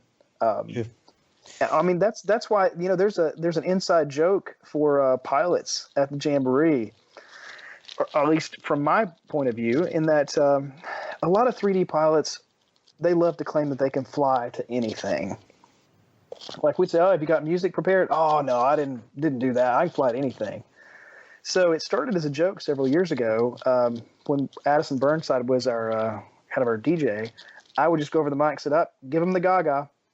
So we would just pick random songs that people wouldn't fly to. And I still do that now. I have a list on my phone of music that if they don't have anything prepared, they get that random stuff. So if you hear a song that comes up like John Denver, something like that, that's my pick. One of the best ones we ever did, and one of the most infamous pilots for doing this, and some of the young kids won't know him, but his name was Henry Caldwell. I know the name. Mm-hmm. Henry Caldwell was the kind of the godfather of, hey, y'all watch this with a helicopter. Mm-hmm. I mean, he at events, he used to be infamous for doing inverted autos through canopies. Oh, Yep. that guy. Caldwell. Yeah. Caldwell. Yeah, Caldwell's Nice. got it. I know who you're talking about. Yep, that was Henry Caldwell, and he was an incredibly crazy pilot. And he would not practice the music, anything. He just liked to smack. So one year I planned it. He was flying for, trying to think. He was flying for Outrage when Outrage helicopters was still around. So I planned it ahead. I knew Henry would not have any music prepared. So I printed up the words to Sweet Caroline. And I gave them to people up and down the line. And this is one of the years when all the companies had a lot of models. And so when Henry went to fly, while everybody was to his back, I had everybody get ready, and the music started, and we all sang while he was flying. Oh, wow. And I went up to him and I said, you said you can fly to anything.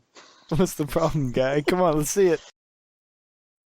You know, Charles, I got a song in my head, and these two guys, they know what I'm talking about.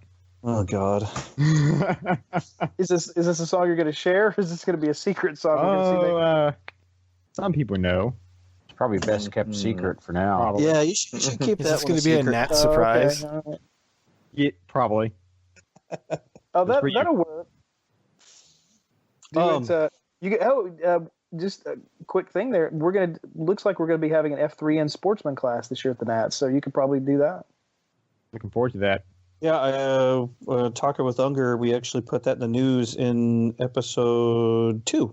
So the episode that was just released this past Monday, we talked about an F3N sportsman, but it has no music. Right now we're talking about it's set maneuvers of K-value 7 or lower and freestyle. Oh, do it to music. Yeah. Everything's I want to do it. I want to do a music flight as well in the sportsman class. I want to do it. I want to try it. You all know how to yell at Younger, and I suggested it be no music because flying to music is hard. It is. Well, if you're being a try-hard, it is. Well, yeah. But here's the trick to the F3N stuff, and having judged it now for, I guess, 3 years, the trick to F3N, from what I can say from a judge's point of view, is all you have to do is pick the maneuvers and choreograph the routine to your skill level. If you do that, you're going to be okay. But if you're trying to fly way above your skill set level or do maneuvers that you just cannot perform, it's going to make your flight look horrible. I have a hard time choosing music that fits my flying style of, wow, that sucks. Well, I mean, you know what? The hamster dance is easily downloadable now. Oh my God! Yes. I don't know what this is, but apparently Dipalo does. I'm curious to find out. You don't know the hamster dance? You was don't know what the hamster crazy dance is? internet thing that came out. It's like the original meme. Oh no! Here's a bit of trivia. Here's a bit of trivia for you on that song. Do you know where that song actually comes from? United States? No, it was an original Disney movie, the Robin Hood movie with the forest characters. It's the themes. The song is done to a chorus that's in that song, but it's not the hamster dance. There you song. go. That's it. The original website. Someone's got to play it on the mic. It exists. We'll add it in the show notes so people can check it out if they really dislike their audio. It's one of those songs that once you get in your head, it stays there for a while. Oh gosh, should I I'll fly to this. Should I play it? No. No. I mean, just should I even try it? I would no. Actually, I don't know. I probably shouldn't because last time you guys said that I played Paper Planes and it's stuck in my head. No. Thank you for listening to part 1 of the IRCHA interview. Part 2 will be available shortly for you to continue listening. Washington clear, Southwest 8504. Southwest 8504. Bart, do you have our flight plan up, or do we need to have a dispatch refile for it?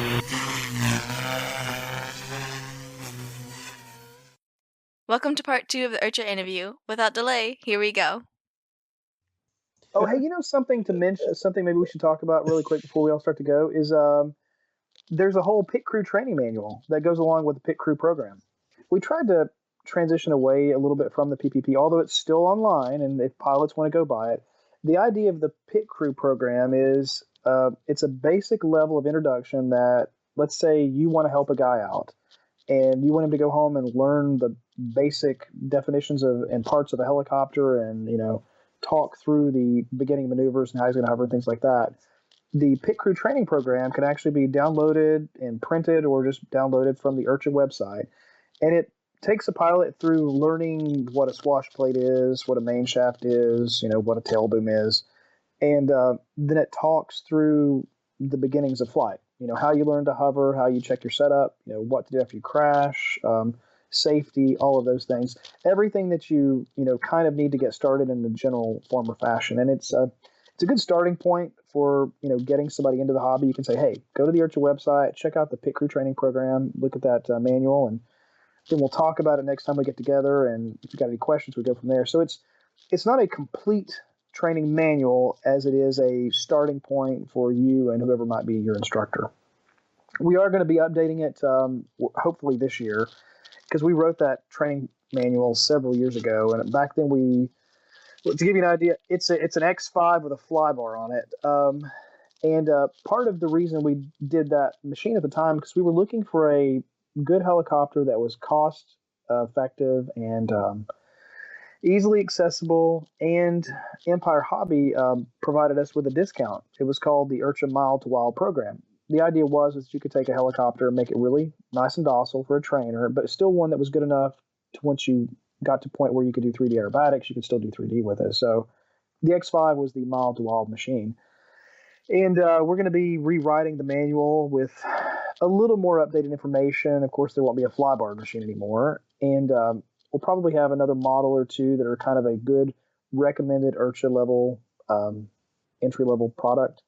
And whenever we do this, we don't necessarily do it for any particular brand promotion. What we do is we internally talk about it and go, what do we think is a good first-time model that is cost-effective, is pretty reliable, and it's easily purchasable out there by most anybody. And so those are some of the basic criteria that we go by. So it may not be the machine that everybody thinks is perfect, but we think it's probably the best general machine. Now, that doesn't mean there isn't a whole great selection of first-time machines, but the manual's not big enough to put 8 different companies' machines in. So we use it as the model. But it's a good first place to start. And if there's anybody out there that wants to give us input on what they think should be in the manual as we change it over, we'll be happy to try to include that. Awesome. Yeah, I actually looking through the manual a bit here, and it sounds like Mike did as well. Good stuff in here. Pictures are pictures, and I think we could imagine it without the flybar. But yeah, we could just go in there and digitally remove the flybar. It's almost good. That'd be a lot of work compared to just taking some new photos. Yeah. And it's great to. I mean, I still have fun when you get somebody new in the hobby, because they will reignite your passion for the hobby. I mean, if you've been doing it for a long time, sometimes you're not as dedicated. And if it gets cold, you don't go out anymore. If it's too hot, you don't go out anymore. But you get a new guy, and if you remember back when you were new, you wanted to go fly all the time. If it was 20 degrees, you'd go fly. If it was 105, you wanted to go fly. So it's great for us to get new people in, because not only does it bring those new people in, it also reignites our passion in the hobby. Sure does. The general growth curve of the hobby, and my opinion and some of the other guys' opinions are, it's not such a burst of a bubble as it is a normalization of the hobby in general. Yes. We had a false growth curve. Our hobby was not naturally that popular. It's not. We're more of a unique type hobby, but because of all of the bind and fly, tiny backyard flyer stuff for so many years, we had an artificially inflated growth curve. I think the analogy just came to my head is the movie Weird Science. Those two boys weren't that popular. Right. Yeah. They weren't that popular. Yeah. No. We used to see tons of programs on TV. Motorcycle build-offs, and there's a whole show dedicated to motorcycles. You don't see any of that anymore. No. But I still have a core group of coworkers and friends who motorcycles are a significant part of their life, and they don't trailer their stuff around. That is a significant part of their life. My boss from my day job, he's ridden his motorcycle from all the way to Alaska and back. I'm like, good Lord.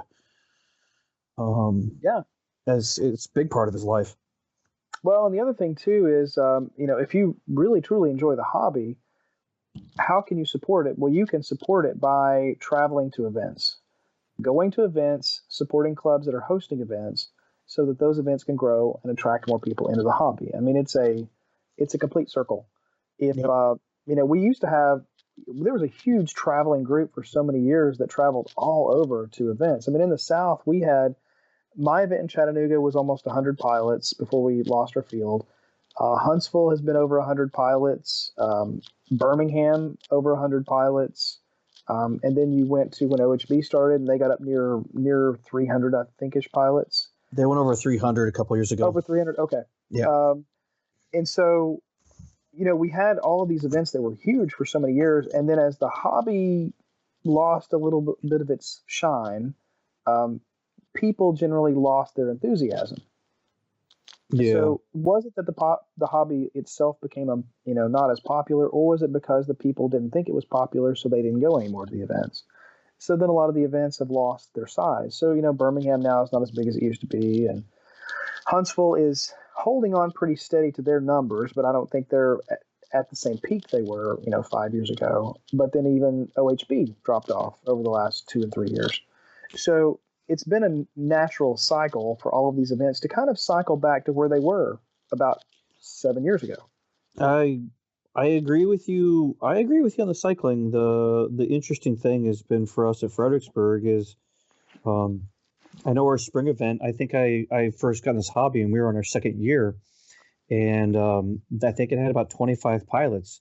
Last year's spring event was over. I think we hit 125. Well, and you have to think, you're the new girl in town. You might not be as pretty as the other girls that have been there for a while, but you're the new girl in town, so you're a little more interesting all of a sudden.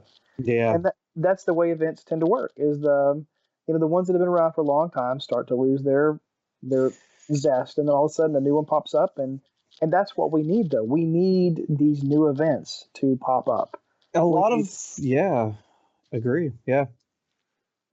A lot of what I see is it's very personality driven.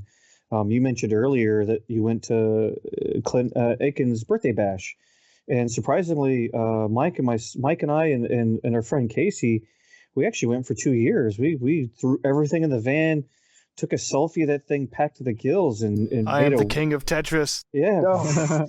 We made a run for Clint's place in Georgia. The weather was warmer. It was like, yes, let's do it. But that event is very little known amongst new guys in the hobby, but is very well known for guys and gals who've been around the hobby for a longer time. Yeah. I'm happy to see like CP Helis, Facebook group promoting smaller events and making noise. There's new personalities creating events. I wish I could get to all of them.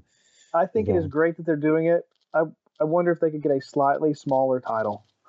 I think I said something to one of their guys. It's like, that's an awesome idea. I said, but that whole title is kind of long. How are you going to get that on a shirt? And I still don't want to tell the story of how this podcast got named, but I will say that one of the requirements is it was short enough that it could be said in passing and people would know. Right. Like clubs usually have acronyms for names or short names. Orlando Heli Blowout, big name. OHB is what we all know it as. Right. The Jamboree. Yeah. That's its name, but everyone knows it as IRCHA. As IRCHA, yeah. and it's funny because IRCHA is the organization. The Jamboree is the event. Yes. But Funny. but so many people just associate with IRCHA as just being an event, and that's been one of the difficulties that, as long as I've been a part of the organization, that the organization has always dealt with. That the organization has been, and will always be more than just an event. But like you said, people know it as an event. Yeah. It's funny. I've told people like, hey, I'm going to the Jamboree. I'm like, go to the Jamboree. What's the Jamboree? Yeah. I'm going to IRCHA. Oh yeah, dude, that's the best. Like what? But when you spell it out, you're going to the International Radio Helicopter Association. Okay. Wait, what? What? Yeah. Or if you tell them you're going to the IAC, the International Aero Modeling Center. No, I'm going to AMA. Go to AMA. Yeah. But it's funny how that happens. What's funny is sorry. Go ahead. I was saying, like, I joke around with some people at work, and like when it's getting time to go to IRCHA, I'll be like, yeah, I'm going to IRCHA this week, and they're like, the hell is that? Like, International Regulatory Helicopter Association. They're like, the hell is that? It's just funny to hear their expressions. Yeah, I work in the medical community, and so I'll say AMA sometimes, and of course people think I'm saying the American Medical. Oh, sure, yeah. So, yeah, I'm listening to AMA. It's a different AMA.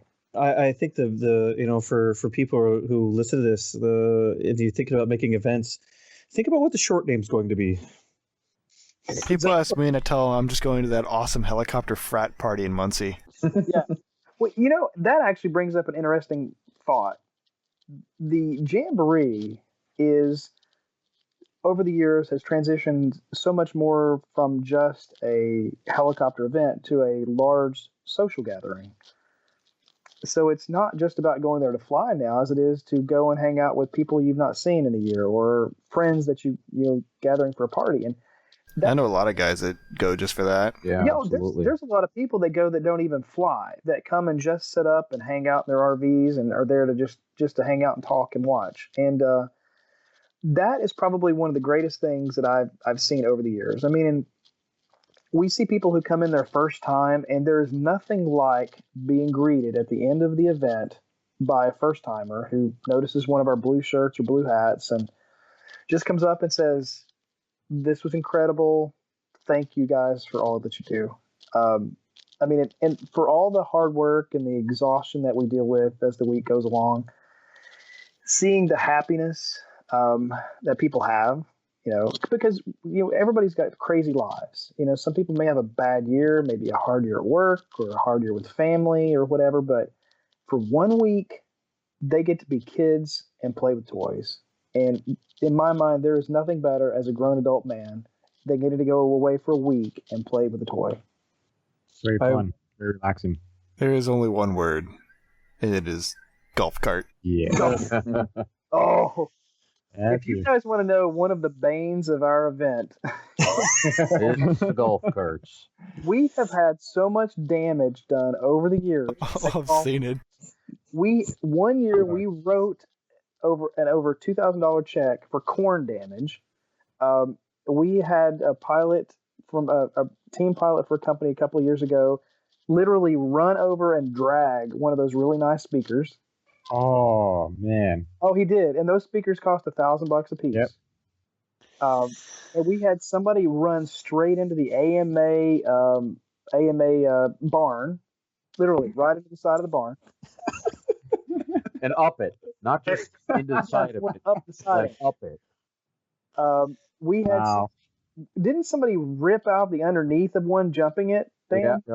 Yeah, somebody turned in a golf cart the next morning while the golf cart people went and picked it up, and the entire front steering rack suspension ripped right off. It was gone. Wow. Yeah.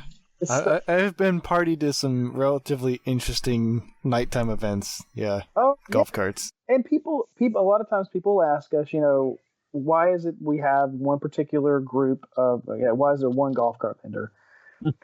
And one of the biggest primary reasons is, when I first started with the organization, we had to pay for all of our golf carts, and the bill that we paid for our golf carts was like $5,000 for the week for all the carts we needed for everything.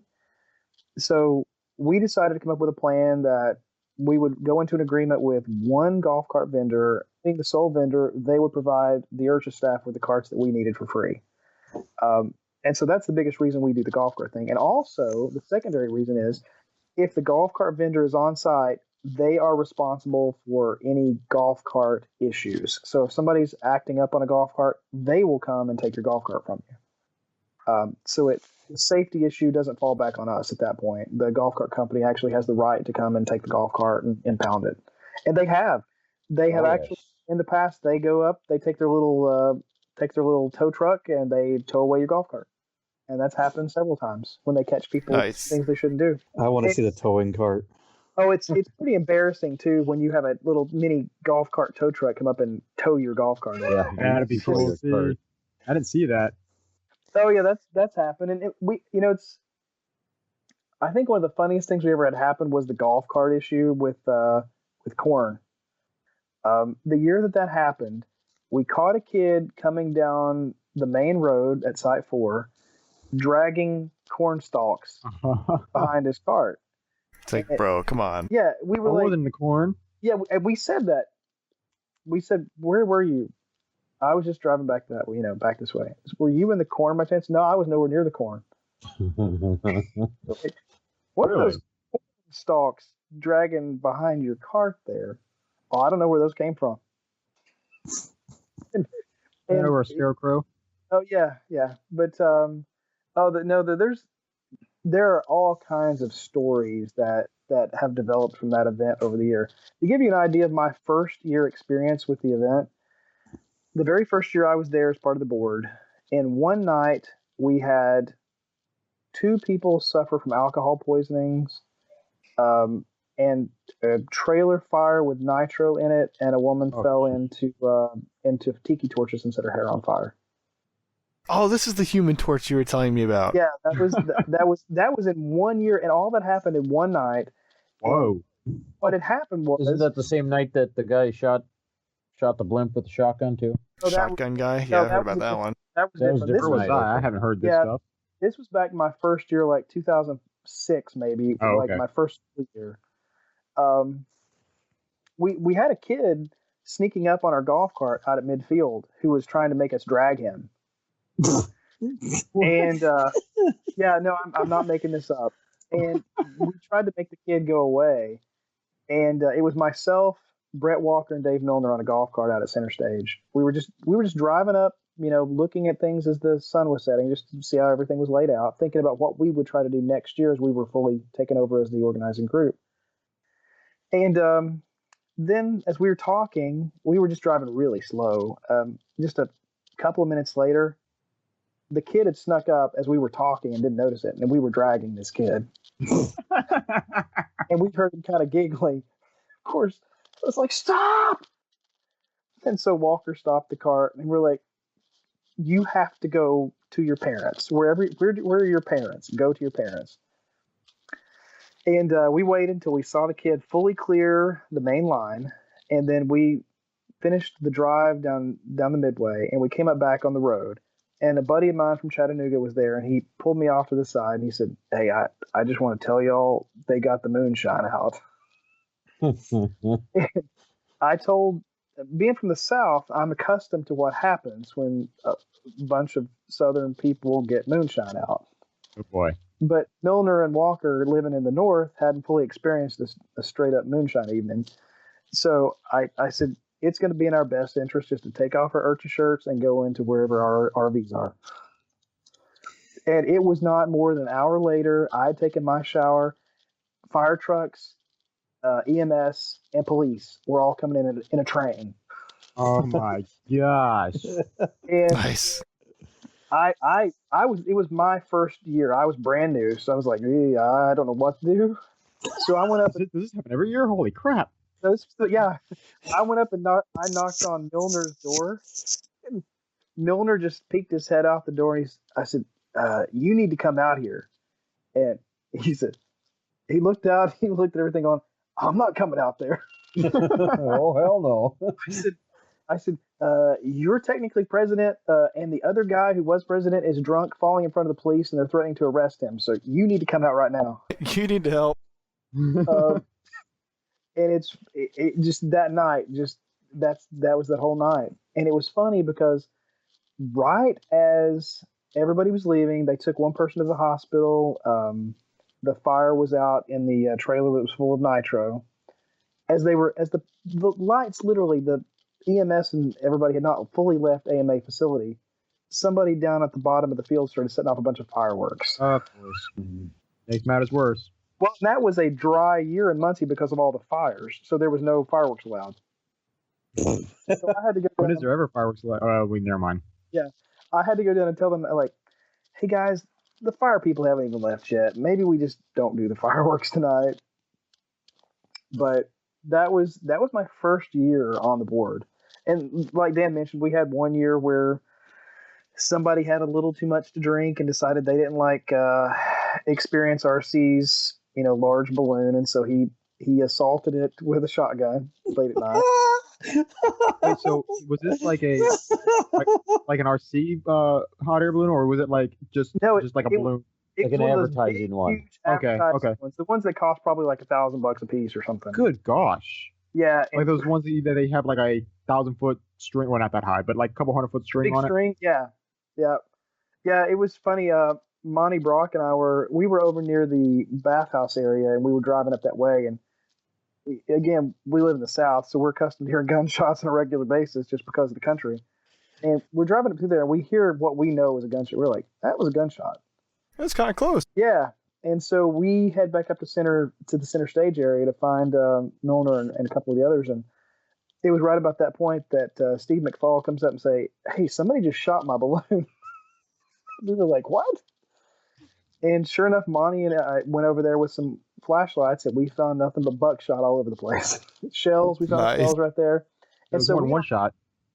We had already started bringing cops on site to have security there at night. And so we had the cops come over, and they found, nothing that they could definitively say who did it. And Stevie said, well, I remember I could see a guy's shape, and he was, large and kind of overweight. And we're like, well, that's a big percentage of the people that come here. So that doesn't narrow it down too much.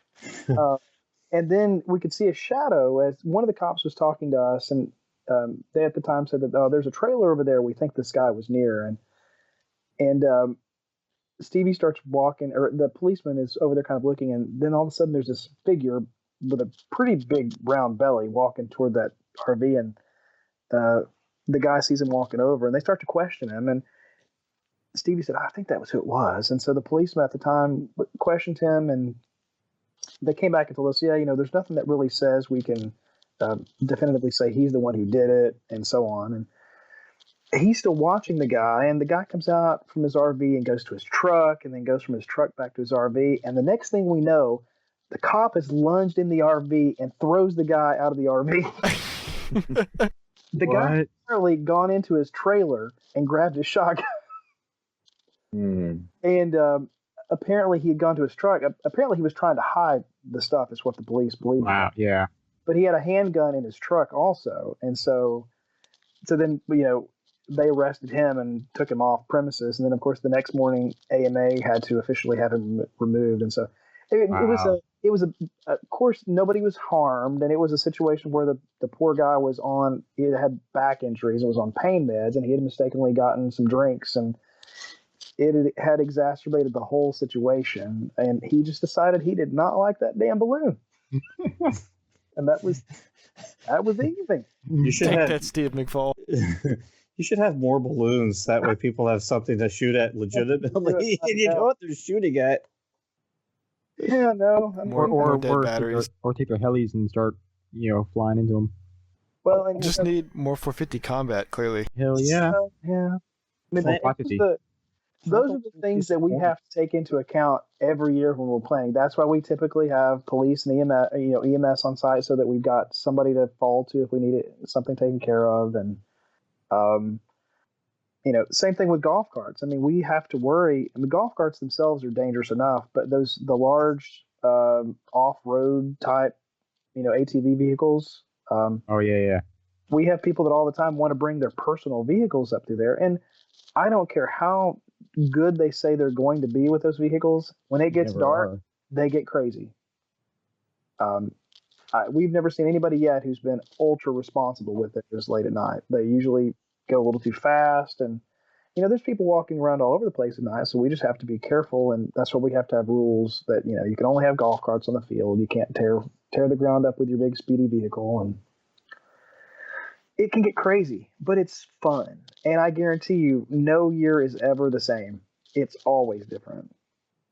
Even if the schedule looks the same, it's different. Everything behind the schedule is completely different. And that's the exciting thing about doing events. For people that are interested in doing them. I would say to a point you'd made earlier, Charles, that after an event is over that I've helped with, there's nothing better than seeing people just saying thank you. That was a great time. Oh yes, yeah. It is, and that's why we're so appreciative to all the volunteers that come to the Jamboree. I mean, yes, the four of us come up with the plans and reserve things and all that jazz, but without all of the people there who are willing to help and man the golf carts and help us man the tables and do everything that everybody has to do. I mean, we couldn't do it. I mean, there's a board of 4, but there's a crew of 100.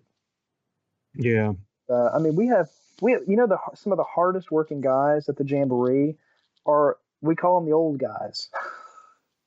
Dan can tell you because he started out with those guys when he first volunteered. Yeah, absolutely.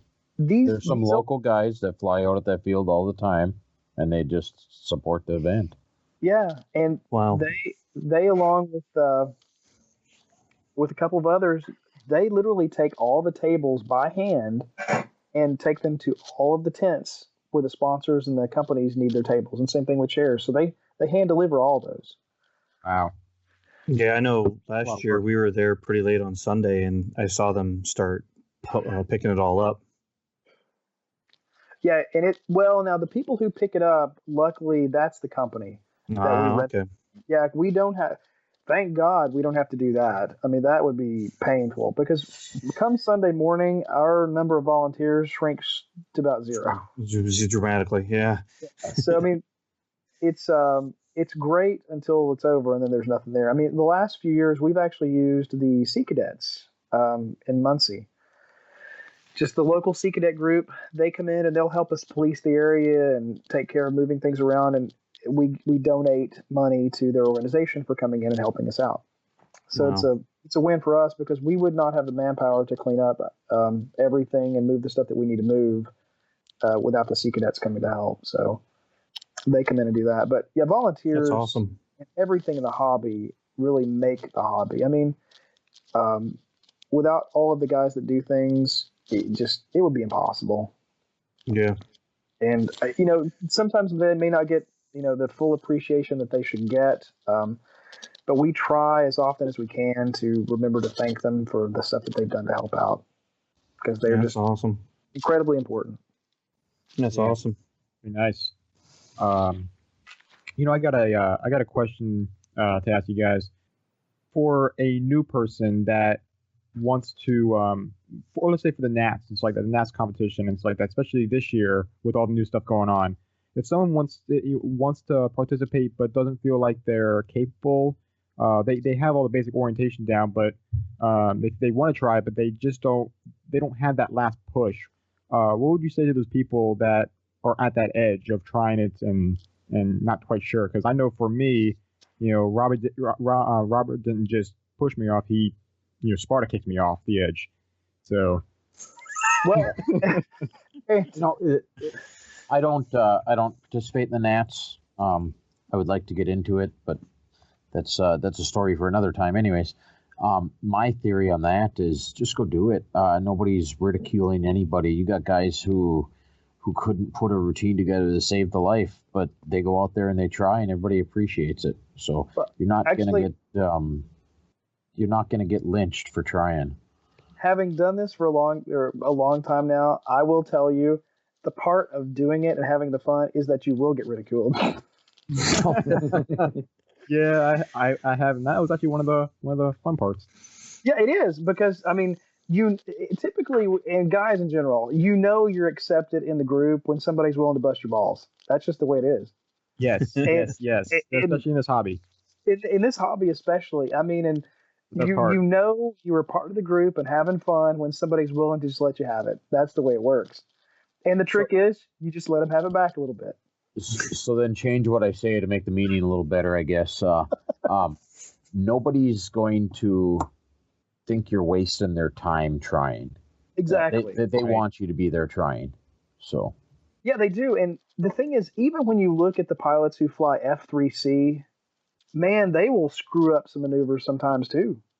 And these guys have been flying for 20 years, some of them. But sometimes you'll just pull when you should have pushed, and all of a sudden the maneuver goes from okay to oh crap, am I going to crash? Yeah, I noticed that when because last year was my first year starting, and it was, I did it there. I did it. Had the worst luck with wind coming at the worst time, but it was a lot of fun. Just just learning about it. That's the whole reason why. That's the main reason why I did it. Not to be the best, but to try my best. I'm not there to be the best. I'm there to try my best and learn a new experience. And I've learned a lot. The times where I was sitting down waiting for my turn, I learned a hell of a lot just by talking to some of the older people there or the more experienced people there. So it was definitely it was worthwhile. Loved it. And that's exactly what you get from the competition style flying. It gives you something to specifically practice. I mean, a lot of us that want to do play with some 3D here and there.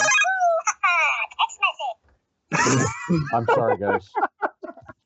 Dude, awesome.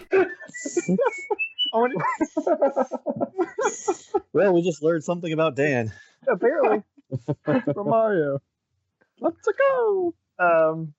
But that's what you get from competition style flying, is that it gives you something to practice. I mean, for guys who do a little bit of 3D here and there, it's all a freestyle, doing this, flowing into that. But with precision, it's an exact maneuver. You are judged based upon the exact components of that maneuver, and you know what those exact components are. I call the 3D portion of our hobby the figure skating portion. I mean, whenever somebody's being judged in a 3D competition, you can put 20 judges, and 20 judges are going to see things 20 different ways. Right. But if you put somebody up doing the precision portion of the competition, F3C or F3N, the maneuvers have a specific set of criteria to be judged by. It's not as subjective as the pure 3D portion is. So it's a little more easy to know where you are in your skill set. I mean, can I perform that Cuban 8 rolling at this exact spot I need to roll at? Are both of my sides exactly the same height and shape? Are my down lines even and straight? And I think everybody who takes the time to practice just a little bit of the precision component in our hobby, it will give you a better skill set for your 3D. Like I said, I've never seen a pilot who hurts their flying ability by trying to compete in F3C or F3N. I would add to that, Charles. AMA has lists for all the pilots who've participated in competition. And you can look that list over for the last 2 decades, and pretty much every name has been in competition in the AMA heli classes or F3C. Yeah. Every one of them. There's one that most people don't even realize, is that when Alan Szabo was still a kid, he flew at the Nats. Mm-hmm. Way back when. Yep. So even Alan has had a precision component to his flying style. Yep. And if you look at Nick Maxwell, who I would argue is one of our best all-around pilots in the hobby. I mean, he's one of the top precision and top 3D pilots currently in the USA. Agree. And it's just that style of flying, it mixes well with 3D. It gives you a precise component. And you can tell a pilot who competes in F3N or F3C, when they do their 3D flights, their maneuvers are more crisp and their transitions are better. And it's just because they're used to being judged on the maneuver itself and transitions. Jamie Robertson is another great pilot to mention. I mean, you look at him, and he's a top F3N competitor in the world. Yep.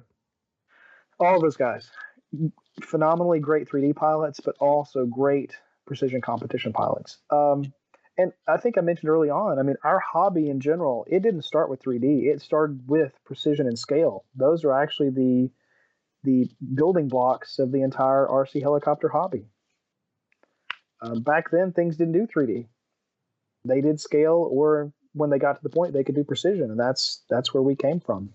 It's some would probably say it's hard to believe that's at the building blocks, and I know going forward to go backwards. I sat down with Todd Bennett one day, and he had me doing hovering pirouetting really, really slow. And it was really beneficial as I move forward, looking at, flying Schedule P or in Schedule F of F3C. They have hovering, moving sections in it. And it's like, wow, it's a bedrock for 3D, and there it is in precision requiring it. And it really just goes to show that, precision and this whole thing, matters. It'll make you better. Oh, it is. And there's an example on that. Several years ago, when Align still sponsored the Align Cup in Las Vegas, like 7 or 8 years ago, Dave Milner and I were judges for the precision component. They had two components. They had the freestyle 3D portion, and then they had a precision component.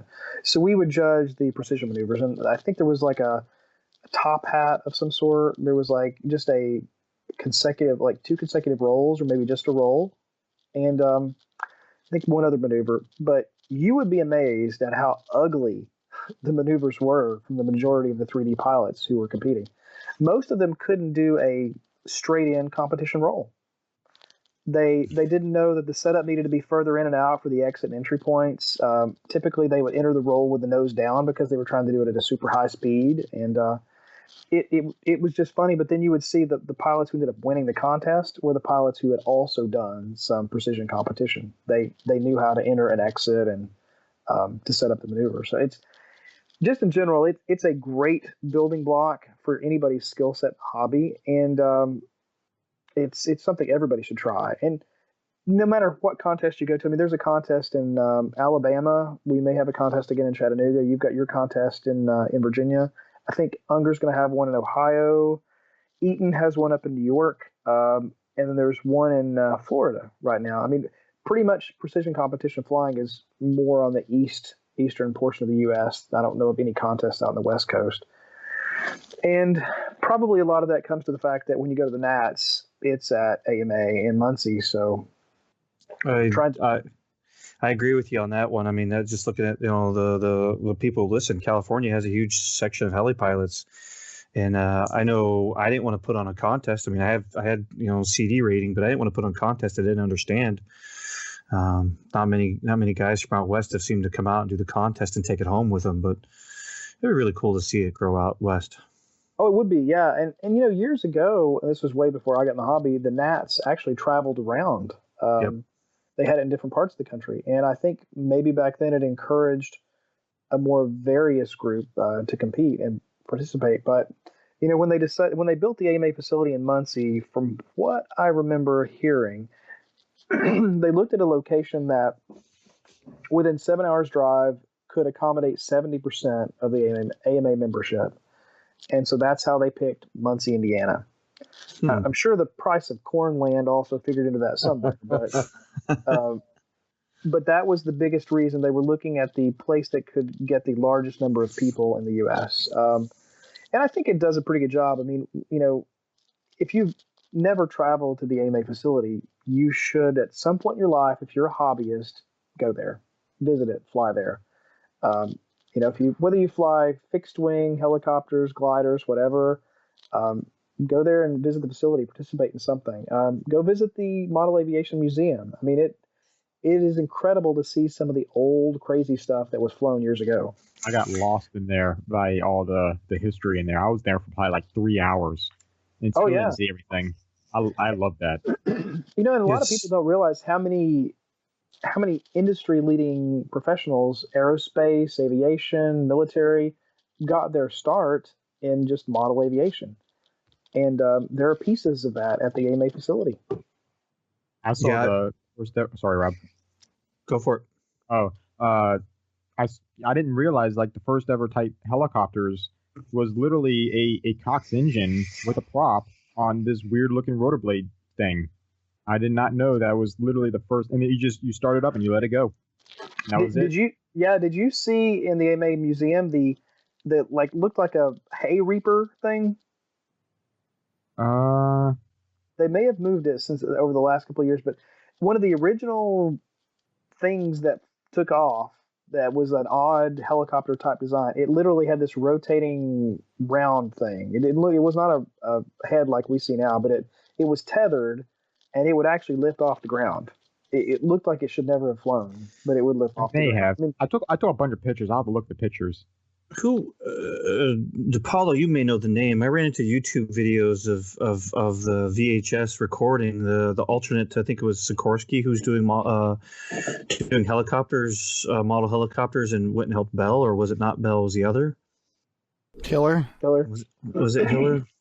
Yeah, I caught some of his stuff, and he was doing tethered helicopters, and he didn't have a multi-blade design. He had a two-blade design. He was running in just all the issues that come with the two-blade design and balancing, and just running all this stuff. It was like, oh Lord, this is modeling is how he fixed it. He's how he figured it out.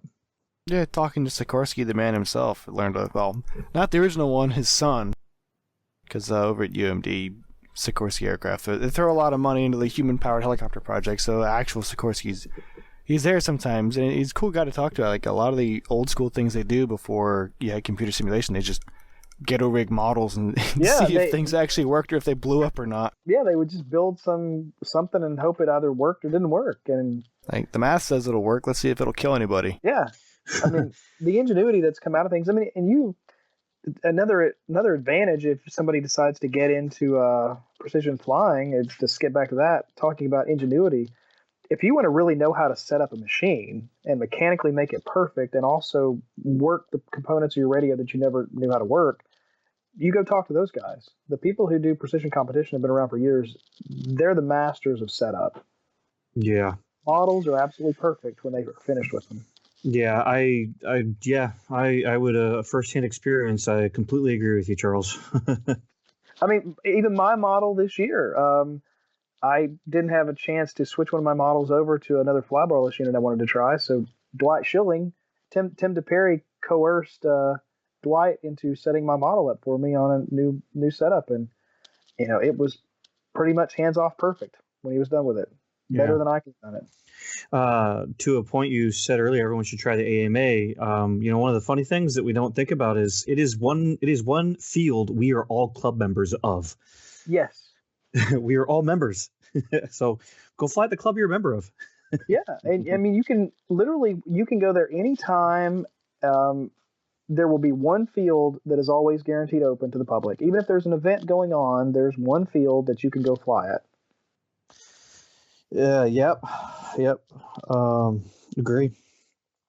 And it's just amazing. I think probably some of the best times to see the facility are when you drive in early in the morning at the Jamboree, and you got a little bit of a fog layer coming off the grass, and nothing's really going on just yet. But chaos is about to break forth in an hour. That was a good feeling. Oh, it is. It's a crazy facility to go to. I mean, the first time I ever drove there, you don't really have an idea of how big that much land is wide open until you drive there and just see nothing but mowed grass. Funny is, so my first year, 2016, I got there at around 11:30 at night, and all I see is when I pulled in the facility is the lit up facility, and then it's just road, and I can't see anything. And I see these two little, they were doing spotlight flying at the time, and they were spotlighting a little plane. So I see these like, okay, I'm gonna have to go that way. And just drive over there, parked there, went to bed, didn't think much of it. I see a few tents. Wake up the next morning, I'm like, dang, this place is big. Oh yeah. You don't realize it. You show up in the dark. I think the first year I got there late too. You don't realize until you're there in the daylight. Like, holy crap! I mean, it takes you a few minutes to drive from the front to the back. It does. And that's why I had to bring my stank bike with me, man. I wasn't gonna walk. No one walks that thing. That's the reason why golf carts are. You know what the fun part is? Stank bike smoked every golf cart. It did. Your bike was pretty bad, though. I'm gonna be building one this year. I'm pretty sure lung cancer rates in Muncie went up that year. Don't hate the two-stroke, man. Embrace the stank. There's one cart that beats your bike, though, Mike. We don't talk about that cart. That's not a real cart. It's a lie. Which one was it? Josh's 600cc golf cart. Oh, well, yeah, that probably would. 90 down the road. We use that engine for our Formula car, and he stuck it in a golf cart. And I'm like, this thing's a death trap. I took a ride in it. I look over the side. We're doing like fast. I'll just say we're doing fast. I get out and I look at the tire. Do not exceed 25 miles an hour. I'm like, that's great. Well, that's, yeah, I'm wondering that probably is about to come apart at any point. Yep. Oh, there was play in the steering too. The whole thing was just like the kind of wonderful death trap you take a ride on one time in life just to say you did it. You know, I was watching a video for the Dodge Demon, the Dodge Demon. Oh, and yeah. Apparently, all the things you have to sign to buy and take that thing off the lot, and one of them is the tires. How bad does it go? Does it burn the tires? They're running DOT legal drag radials on it, and they're good enough to get the car to hook up and lift its front wheels off the ground. Apparently, wow. And basically, you got to sign warnings knowing they're not meant for rain, and that if you drive them at highway speeds for a long time, they'll heat up and wear out on the highway. Yeah, they're race tires. They're straight up race tires. And the tread wear rating on the sidewall is 0.0. Oh. Yeah, it's a race tire, straight up. Yeah. On another note, what did you guys think about the changes at the Jamboree this year, like including the spotlights at center stage and stuff? How did everybody seem to like that? That it was nice. That was perfect. Yeah, I mean, we're biased already and come from a club that's been running spotlights for nighttime for years, and so was really happy to see the Jamboree get the spotlights out there. Really happy to see it. What I liked about it was, it's such a big event, and you got these two light towers there, and everybody, you get this big crowd there flying. It felt like, it's a massive event, but it felt like a local small event. You got all these people around here. Some you know, some you just met, but you now became lifetime friends. It just was a great combination at the event. I really personally liked it. It was funny. It's just you got these lights. It looked like a small event until you woke up next morning and realized it's only like a 16th of the field. Yeah. Well, and that was when we talked about whether we could or couldn't do it. I mean, it's always been a question at the Jamboree, what lights could be there. And, AMA does, it's in the safety code. You can't do spotlighting. It's considered inadequate for safe operation at night. But there's nothing specifically that said we could not do light towers, but we needed to get approval that was accepted and okay to do. And so once we did, we thought, okay, we need to see exactly what kind of level of interest there is in doing it. And, once we found that there was enough interest, it worked out well. And what was surprising to us is there were really no safety issues. I was concerned, will pilots fly a little too close to themselves doing it? But in the end, they didn't. And they actually policed themselves very well. I mean, we didn't have to keep anybody officially in charge. I mean, we just kind of found who was seeming like they were going to stay there for a while every night. We just said, hey, when people are done, lights off, towers down, and everybody seemed to follow suit and do as we asked, and that was a big help because finding somebody to volunteer to stay out there till 1 o'clock every night was not going to happen. Nope, they just grabbed Rob's megaphone and started passing it around. All right, who's next? Oh yeah, that was good. Wow, you got a hold of that thing. Well. So I mean, we already as we were leaving Muncie on Monday, I reserved the towers for this year, so they're already set for coming this year too. Nice. Oh yeah, people can be excited for that. Something else. I don't know if you guys noticed this, and we're not sure how many people out there noticed it, but because we were going to have the F3N, one round of F3N on Site 4 at Center Stage, we had drawn the F3N safety lines. Yes, noticed it. And I don't know if you realize this, but all of the pilots actually paid attention to those, even though they may not have realized they were paying attention to the F3N safety lines. Yeah. We had found out about that. And the net also had a side benefit that we did not expect was going to happen. I don't know if you guys remember over the last however many years you've been coming, but every time we have demos or displays going on at center stage, we have crowd creep. Yep, everyone starts scooting up and up and up. And the corners going closer and closer, and they go over the safety line all the time. Yep. Well, a side effect of having that safety net was that people actually adhered to an imaginary line all the way down center stage. So we didn't have crowd creep this year, and we didn't expect that. It was a positive benefit from having the net there at center stage. You're probably dealing with just the fact that there was like a visible structure that kind of gave people an idea, whereas a line, folks just tend to ignore those. Yeah. Line? What line? I didn't see no line. And we weren't sure how that net would really incorporate into the field, because it was kind of a last minute decision that AMA staff could install some places to put some poles up and establish. I kind of liked it. It meant my stuff wasn't going to get chewed up by a flying heli. Yeah. I liked it. To the imaginary line, Unger and crew at Nats last year set up a line slightly off camber from the actual farm crops, and everyone, even up to Dwight, was like, yeah, flying a straight line when we're canted off from that line is difficult. So it was. I would agree that it's interesting the little things you can do to impact human behavior.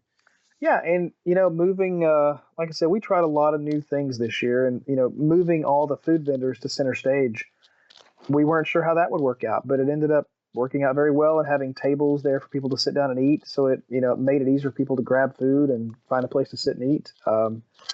We liked that. That worked out really well. One thing that we did not think ahead of time on was know what you're going to say. Yeah, additional toilets. Yep.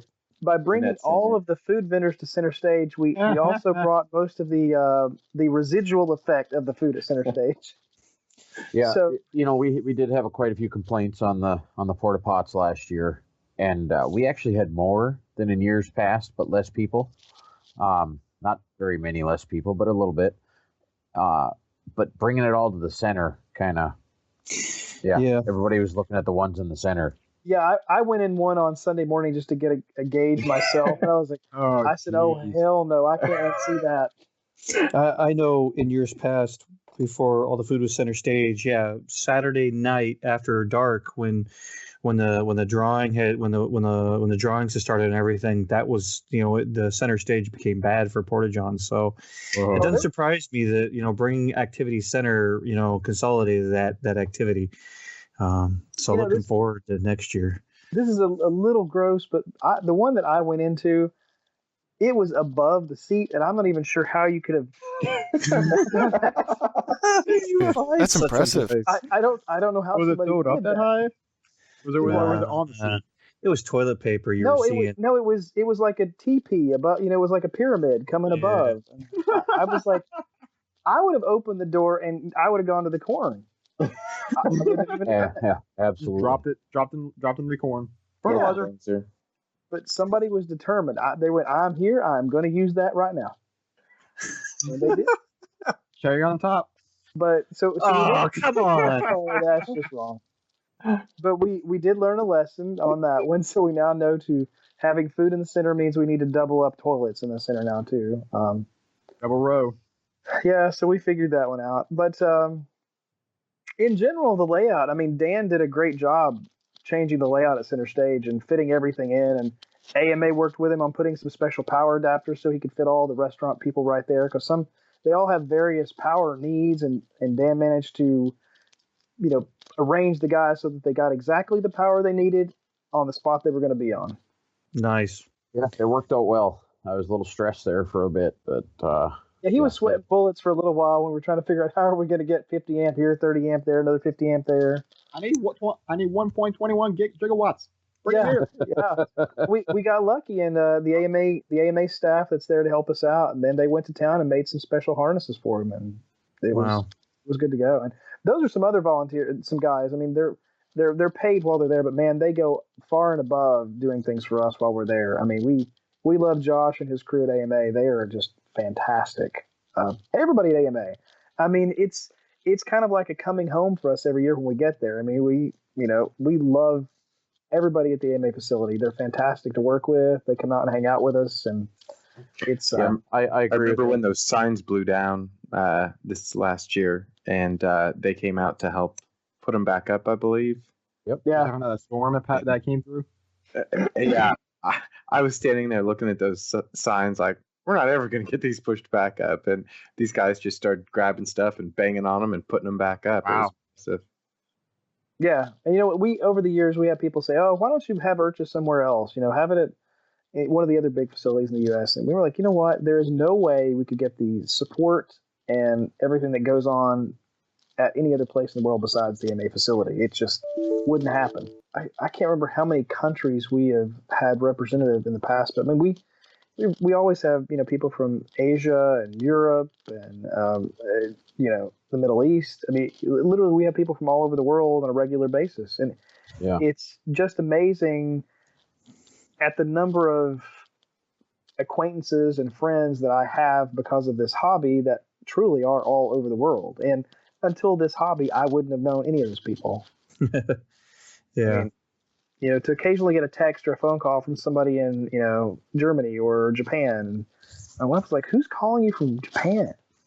In the hobby. I mean, it's just, our hobby is a great place to meet people. And because of the common interest that we have, we just, you become acquainted with these people all over the world, and we have a common thing to talk about. And that, then leads you to the other common things you have in life. And so that's just the great part of it. Sure is. And events like this are the most important part of keeping the hobby going. I mean, we need one central place each year where everybody can come together and see the new products, talk to companies that might not be in the U.S., and, just get together and have a great time. Yeah, get amped up for buying that new heli, too, so that the companies want to keep coming.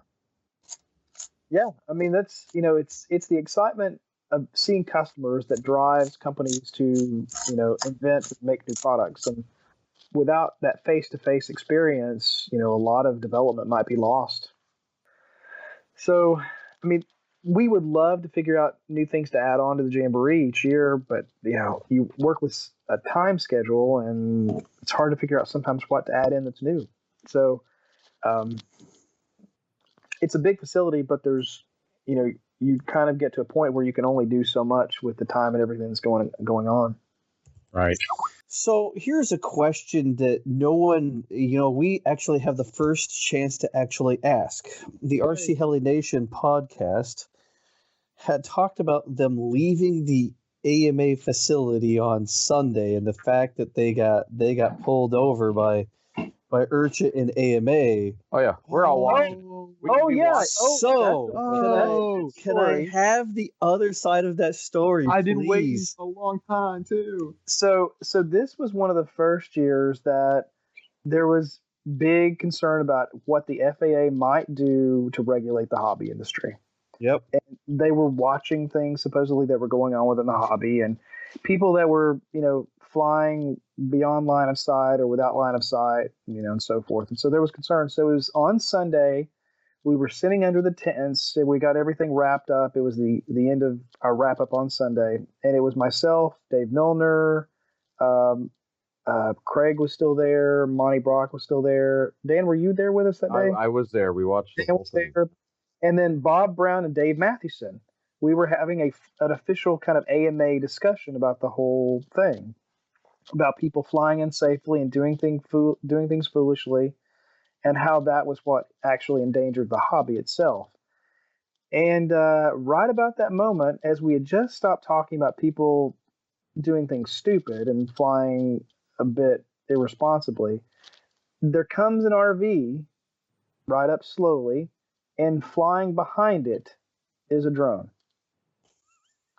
He's in the front seat in the passenger side with his goggles on, flying it behind them as they're driving out. They're doing a third-person view driving. Yeah, and I think, I can't remember if it was Bob Brown or Dave Mathewson said, "You guys need to stop that right now." Mm-hmm. And so we made them stop and get out of the car, and we said, "Hello, gentlemen. We'd like for you to meet Bob Brown and Dave Mathewson, both of AMA, and what you're doing is wrong and you shouldn't be doing it. And so, yeah, that's exactly how it happened. It just coincidentally, they were doing it right as we were sitting there meeting and talking with Bob Brown and Dave Mathewson about it. Oh man. And there's something about was Dan in his powered chair behind it as well? I believe he was. I don't remember that part. I just remember somebody, he's flying up in the front was in the passenger seat while they're in the car.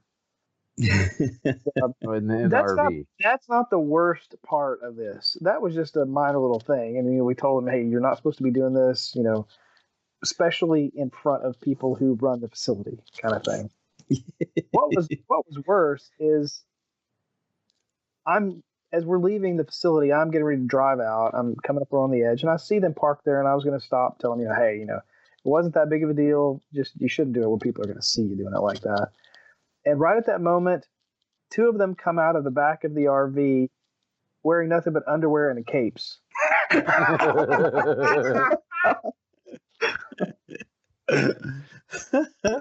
said, I'm not really sure what I've driven up on here. I'm not stopping. Don't really. No, I stopped. I said, God. I really don't want to know. Just wanted to tell you, not a big deal with us back there. Just, be responsible when you're flying. Stranger danger. Go about your underwear and capes now, and I'm on my way. I can envision this. Oh my gosh. Yeah. Underwear and capes. I still don't to this day know what the underwear and capes was doing, but two men in a cornfield in underwear and capes not go anywhere good. Who they was too. The video they said that the video would come out one day and never saw a video. It never did. Calling them out. Mm-hmm.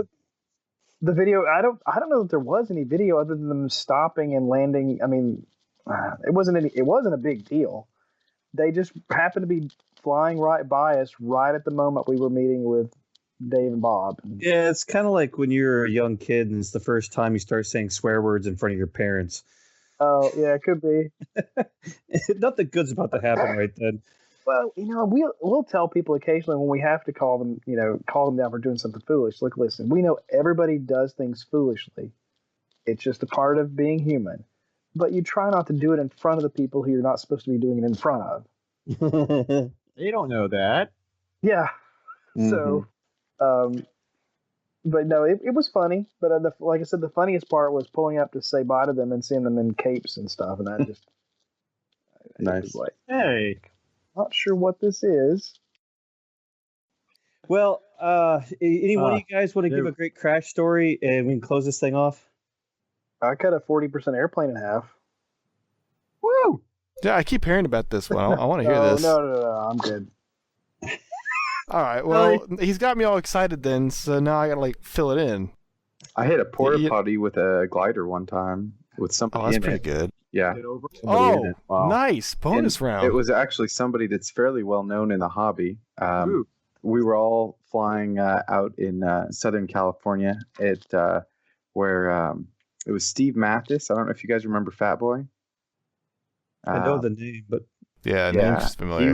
He was in the shitter doing his thing, and my dad was going to throw this electric sailplane for me that I was going to fly, and I had just switched radios, and I had not checked the flight controls, and I was checking them to make sure all the servos were going the right direction, and the throttle was backwards, and so I had it at full, and then I pulled it to idle and reversed it with it all turned on and everything, and he was holding it, and he thought when I ran the motor up that I wanted him to throw it, so he threw it.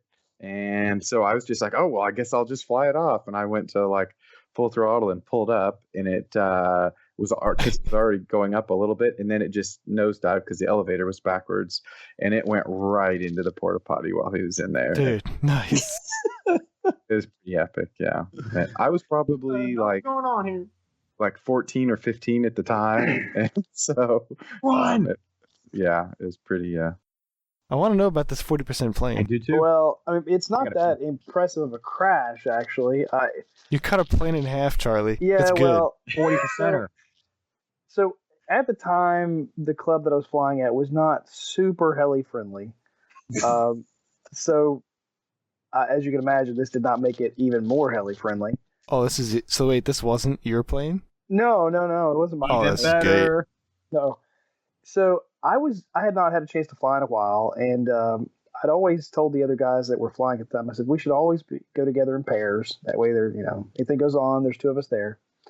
And a buddy of mine was supposed to meet me at the field that day to fly. And I was there waiting, called him, didn't hear back. Finally, he said, oh, yeah, I'm not going to be coming today. So I had waited. And I was like, I was dying to fly.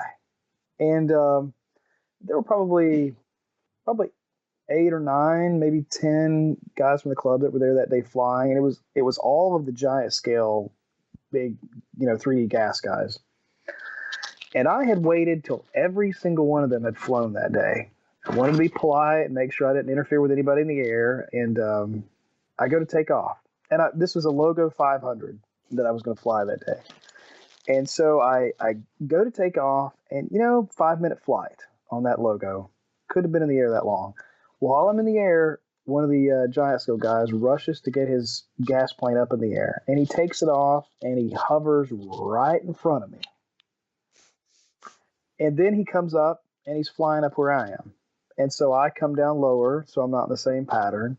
And at this point, I'm just flying racetracks. I'm just making circles, nothing big. I didn't want to be accused of, hogging the air or anything. So I'm just flying racetrack patterns. And where I'm at low, he comes down low.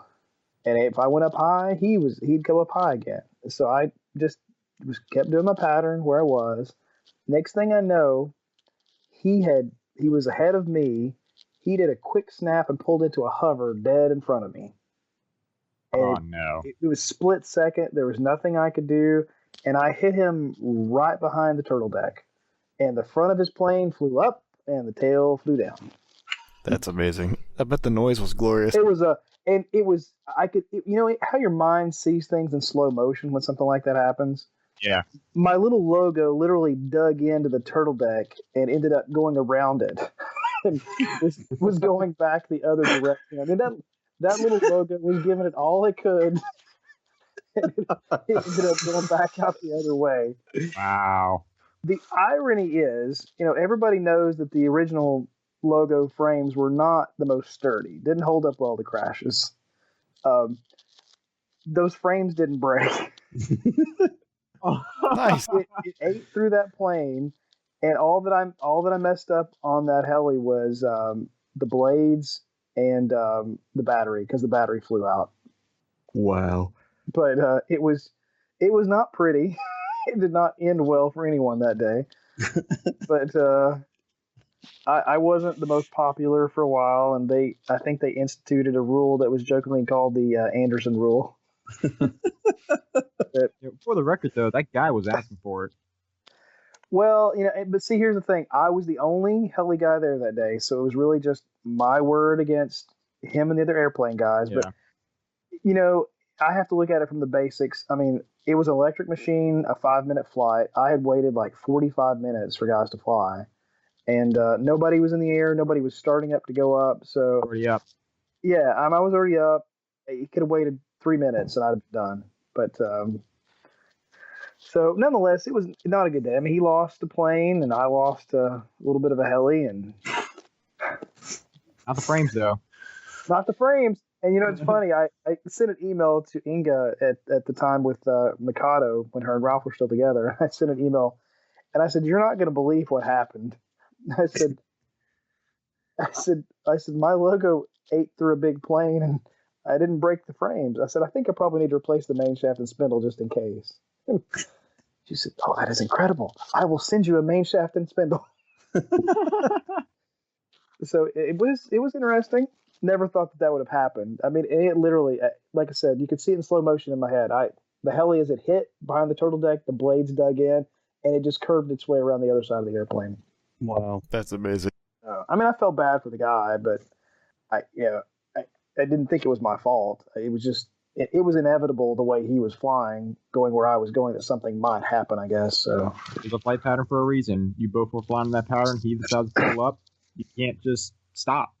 Yeah, well, and I remember the funniest thing that I had that was asked of me when that happened was he said, "You've been flying helis for a while. How did you not know where I was?" I remember that word for word. because it was the strangest thing, I think, to have asked me. And I said, I knew where my heli was. I said, that's what I was flying. I said, when you pulled up in front of me at the last second, there was nowhere for me to go. You were there and I was there at the same time. So wow. That's a stupid question. Well, it didn't seem like the best question in the world at the time to me, but he was probably frustrated and Yeah. but I called, as it happened, I called my buddy who lived close, and I said, you might want to come out to the field pretty quick, and if my body goes missing, it's somewhere in the landfill. I can understand someone get upset with that, but yeah. Two people to make sure the plane guys don't attack you. That's a rough club. Yeah. But the irony is that that's the same club that I fly at now, and the people over the years changed incredibly. The environment that was kind of anti-helicopter, most of those people have left the club or are no longer flying in general, and the people that are there at that club now have a completely different way of looking at the other aspects of the hobby. They want everybody to be there and have fun. I mean, they encourage. We've got some kids who fly FPV stuff, some really young kids that are in high school. They encourage those guys to be there. Actually, one of the kids is now he's the club historian. But the leaders of the club really encourage everybody to be a part of the club now, and it's amazing how the environment of the club completely changed. The whole outlook has changed. The club is great to do things with. I mean, I like going up there and hanging out with the guys, and it's funny because the age range of the club is about the same as it was, but the mentality completely changed. Yeah. They're accepting and they want people to come in. And these guys that are with the club that I'm in now, they love to have events. I mean, they have events all year long. They believe that it's important to do events for both the club and the community. And we did that little amazing. Practice day out there, and that was awesome. It seemed like everyone really wanted, all of us to be there, if you will. Yeah, they were and they are. I mean, like I said, it is incredible knowing what we had as helicopter pilots previously as to what we have now. I mean, it's a great group of guys to fly with, and I'm really happy to be moving to the club up there now. But awesome. As far as crazy crashes, that was my craziest crash. So Wes gave us a crash. Charles gave us a crash. Oh, you're looking for one from me? Yeah. Probably the most embarrassing crash I ever had is I was at a family reunion, and I went there on the way back from a flying event. So my pickup was loaded with my helicopters and stuff. And the place we're at was, there was an area about the size of a football field, and one of my cousins wanted to see me fly. So I got a Line 500. There's plenty of room to fly that. So, but yeah, so I have a takeoff move that I generally do where I punch out pretty hard, get some nice altitude, and then pull back extremely hard and come back down fast. I punch out and it takes off. A little Line 500 is pretty light. They move pretty quick. And get to the top where I hit the elevator to bring it back down real fast. And the head link, just a ball link. Yeah, the ball link on the blade grip link. That's what I was trying to think of. Blade grip link broke, and it very quickly turned the entire helicopter into a chicken dance up in the air. And there's probably 30 of my family members that don't often get to see me fly watching, and it just came down just a ball. That was probably the most embarrassing crash I had, but luckily it was a Line 500. It cost me about $100 to fix. But nice. Oh, I have another one that's actually interesting. You just made me think of that one. I was flying in Huntsville. It was the Sunday at the end of the Huntsville Heli Flyers event years ago. I still had a Raptor 50, and I had been doing autos all that summer, and I literally flipped throttle hold to do an auto, and my helicopter exploded. What? It looked like I had it rigged with explosives. I hit throttle hold, and the entire thing blew up. Yeah, frames, head, everything. Troy Blackwell was flying a miniature aircraft. It was not a Fury, but it was the next generation that came out after the Fury. Tempest or no, not the Tempest. Stratus? Whiplash? Stratus. He had a Stratus. Yeah, Troy Blackwell was flying a Stratus, and he had to dodge the parts flying from my helicopter in the air. What cool trick, man. We never figured. There was no way to figure out what had happened because the only pieces of that helicopter that were left were the pieces that had zip ties on them holding it together. What flight mode switch was that, Charles? It was just literally throttle hold. I hit throttle hold or self-destruct. What is it? Yeah, that was the self-destruct switch. Hey, what is it? Really cool. Watch this. Mm-hmm. Yeah, right. But I just remember Troy. What the hell? There's just pieces flying out everywhere, and he's trying to just dodge them. I've got a good crash story from a helicopter. I crashed the Synergy N9 prototype when it was first just complete prototype. I think they had 2 or 3 of them, and you killed it. I did. They're like, "You want to try flying it?" Because everyone was getting a pull on it, and I'm like, "Hell yeah, I want to fly it!" So I came in and I just did like a baby auto with it because I, didn't want to tear it up. And when I did the baby auto, I busted the skids off of it.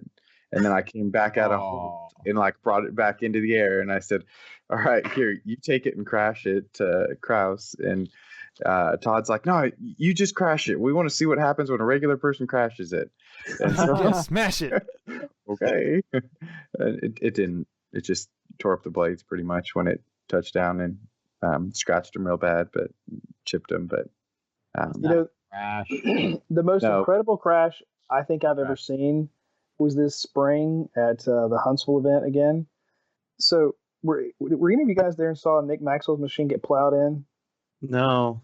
You talking spring 2017? Yeah, spring 2017. Okay. So Nick, is infamous for being open and freewheeling, letting people fly his machine, whatever. So Nick had his primary F3N competition machine there, and he was flying, and he decided to let a guy fly it. And I don't know if any of you guys have seen Nick's throttle stick, but it is absolutely lit. There's no resistance. It falls. Oh, he was telling me about this. Yeah. So Nick let this guy fly it, and there was a bug buzzing the guy's face. And keep in mind, Nick did full head speed with, I think, 16 or 17 degrees of positive pitch. Ooh. And so the guy's flying it, and he's low to the ground, goes to flick this bug away from his face, and as soon as he lets go, the stick flops straight down, and that machine went into the ground at full head speed, full pitch, 17 degrees. Oh, man. Diablos are built like tanks, but this thing was mangled. I mean, wow. Literally, I'm sure that the University in Huntsville registered something on a Richter scale when it hit. Oh my God! You go with that? I don't know. I don't know. Diablo, maybe. I mean, oh my God! We were like, "Holy crap!" I mean, I hadn't seen anything hit that hard in a very long time. I mean, it was mangled, just mangled. So one good story is I was at the field, and my coworker comes out like first time. And I'm showing it to him. I'm like, "Hey, Mike, go fly." And Mike pulls out, I think it was the 180, the Blade 180, and Mike's throwing down for like 30 seconds, and then he just smashes it in. And my friend's like, quick. "Is that how every flight goes?" Yeah, that was good. Kinda. And now every time Christian comes out, he's asking, "Where's Mike?" He wants to see one go in. Oh, that's good when you're that guy. Yeah. But the fun thing is Mike doesn't crash all that much. Not at all. And Christian understands it, but he just likes doing that. What was the other good one? The guy who ran a heli into the roof of the barn. Oh, that's top 10 at our field for sure. Yeah. So what was that? Before I got in there. That was probably 2013 Spring Fling. Yeah. 2013 Spring Fling. This guy far left side of our field. Charles, you ever seen pictures of our field? There's a big metal barn. Yeah, the big metal barn on the far right side, right across the driveway when you come in. Mm-hmm. So this guy's on the far left side of the field. I think it was a T-Rex 550 or something, or 600, right? It was a 700. Was it a 7? Okay, so big heli.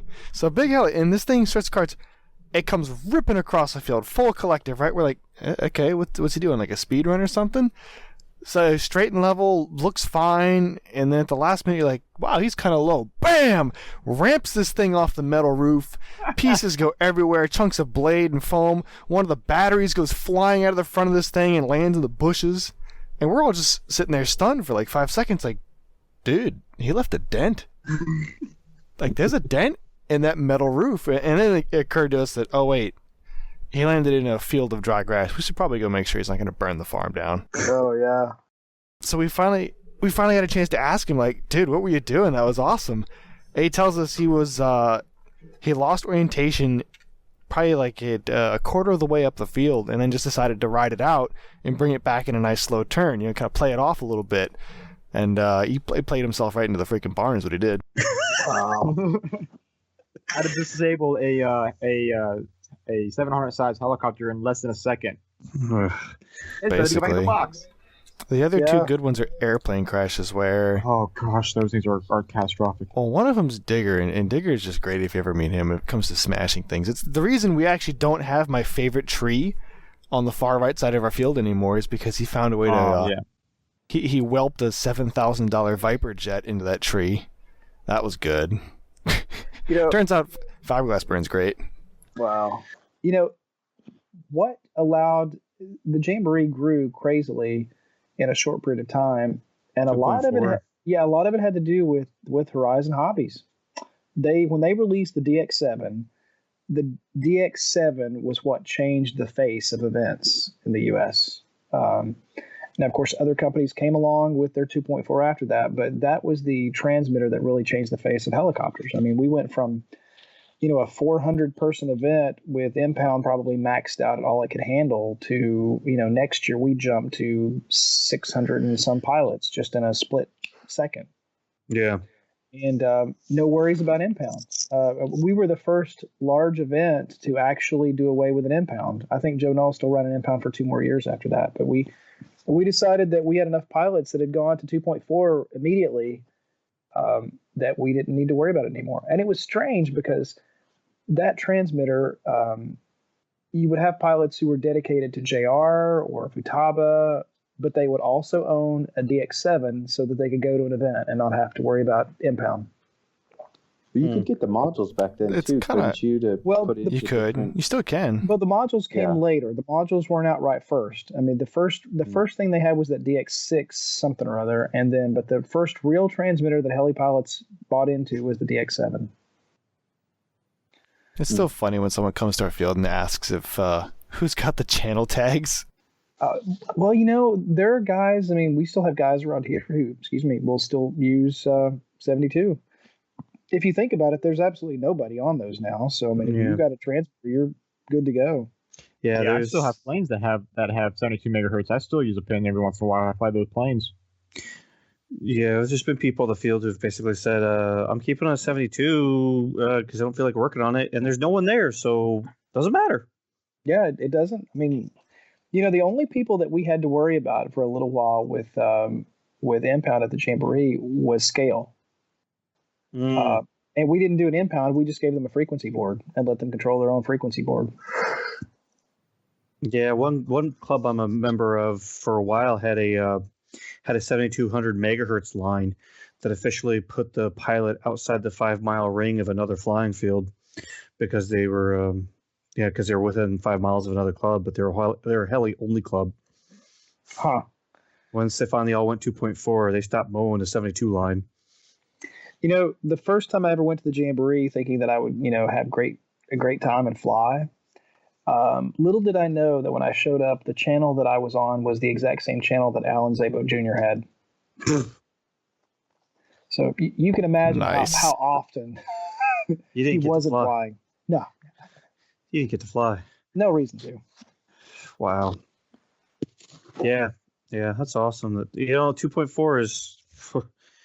I can't think of much else besides the gyro that's made such an impact in this hobby. No. My only experience with anything that wasn't 2.4 was way back with 2003 when I first got into RC stuff, and I went to a club race, turned my crappy Traxxas radio on, turned it off, and then 10 minutes later, a guy was walking up and down the line asking, "Does anybody have this frequency? I just crashed into a wall." And then I went to who's on 2.4. my channel bit. Mm-hmm. You know, the funny thing was that even when 2.4 came out, all the guys who were used to blaming things on glitches, they would still blame things on glitches for a long time. Do you ever notice whenever something crashes, people almost instinctively look at their radio like it has an answer for that? Like the radio You let me down. Something against them, yeah. Yeah. Why did you do this to me? You let me down. I see the problem. It says 3 minutes and 45 seconds. Yep, that's the time right there. That's why I crashed. But it was funny, just hearing people, "Oh man, I had a glitch." I'm like, well, it doesn't work that way anymore. Glitches aren't exactly the same as they used to be. Do you guys remember your channels? I was 22. 41. 47. Oh, I don't remember. Mine was low, but I don't remember it. I'll call Alan Zabo Jr. and ask him what his was. That's what 17, maybe? I thought he was a teen. Hey, man, what number was it? God, maybe that's what I should ask people instead of how long you've been in the hobbies. What was your channel? What was your channel? If they name me off a channel, I'll be like, God damn, you're old. Go home. Yeah. If they say ABC, we're Go good. Yeah. I like ABC. Yeah, if you know they're real like still new into it, like, what the hell you mean by channel? Yeah. I mean channel 1, 2, 3. No, I mean like radio channel. I know channels for radios and air, but I never used them. I was a surface guy for pretty much all the time you guys are flying. So. Yeah, probably the craziest transmitter I ever had that was 72 was I had a 9Z WC2 Futaba. Yeah. That was an awesome radio, but it was a nightmare to program. You could change the channel from inside the radio too. That was There was like a million things you could do. We always joked that there should be a T-shirt that said "I survived the Futaba 9Z University." That was one of my first I didn't own it. A hobby shop, he handed it to me to make work on a 450, and that was one of my first Futabas I ever experienced. It was a great radio. It just it had it had way more programming features than the average pilot would ever need to use. Yeah. Same thing with the other one I had was like a 12Z right after that, and it was probably the first real generation of the more simplistic Futaba programming. All right, guys. I gotta go to bed. I gotta work in the morning. Yeah, me too. I got a 45-minute drive home. Oh, didn't get to bed. That sucks. I'm at Rob's house. You guys are an hour ahead of me too. Staying up till midnight's not unusual for me. Yeah, I'm just glad I don't have to go in the morning. I'm glad I don't have to wake up at 6 in the morning tomorrow. I gotta drive to DC, 55 miles. That's gotta be a crazy commute in the mornings, isn't it? Yeah. Yeah. I drive 80 miles to work each way. But you live in Arkansas. If there's two people on the road, it's a busy day. It is. Until I get to the bridge in Memphis. When I get to cross the Mississippi, you never know what's going to be on the other side. Holy shit. But I still have the geography map open. There's been one download in the state of Arkansas. That's me. Yeah, which means you've downloaded one episode. No, I've downloaded all 3. I've halfway through the second episode on Podbeam. Yeah. Adjust your volume every like 5 seconds. Like, what the hell is going on here? No, he's on episode 1. It's not that bad. It's just quiet. It's quiet. Really? Yeah, second one. Episode 2, which is the one just released this Monday night. Turn your volume down. And then back up. And then back down. I was obnoxious. At one point, I bring out a megaphone. Yes, I heard all this. Yes. Yeah. The megaphone. Yeah, I got cut out to the part where Mike's volume quit working. Oh, okay. That's about where I had to. Did you see a selfie from the bathroom that he did the rest of the? I did see the selfie. Second recording from. I did, but I did not comment or do the picture. Oh my god. Oh yeah. No, there's only been one person who took that bet and drew phallic objects all over Mike. Yeah. Power line, Kuniki.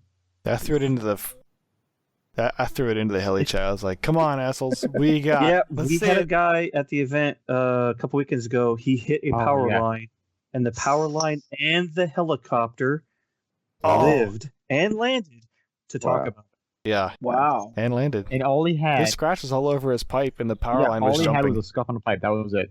And he was pissed at that. Like, dude, you don't realize how lucky you are.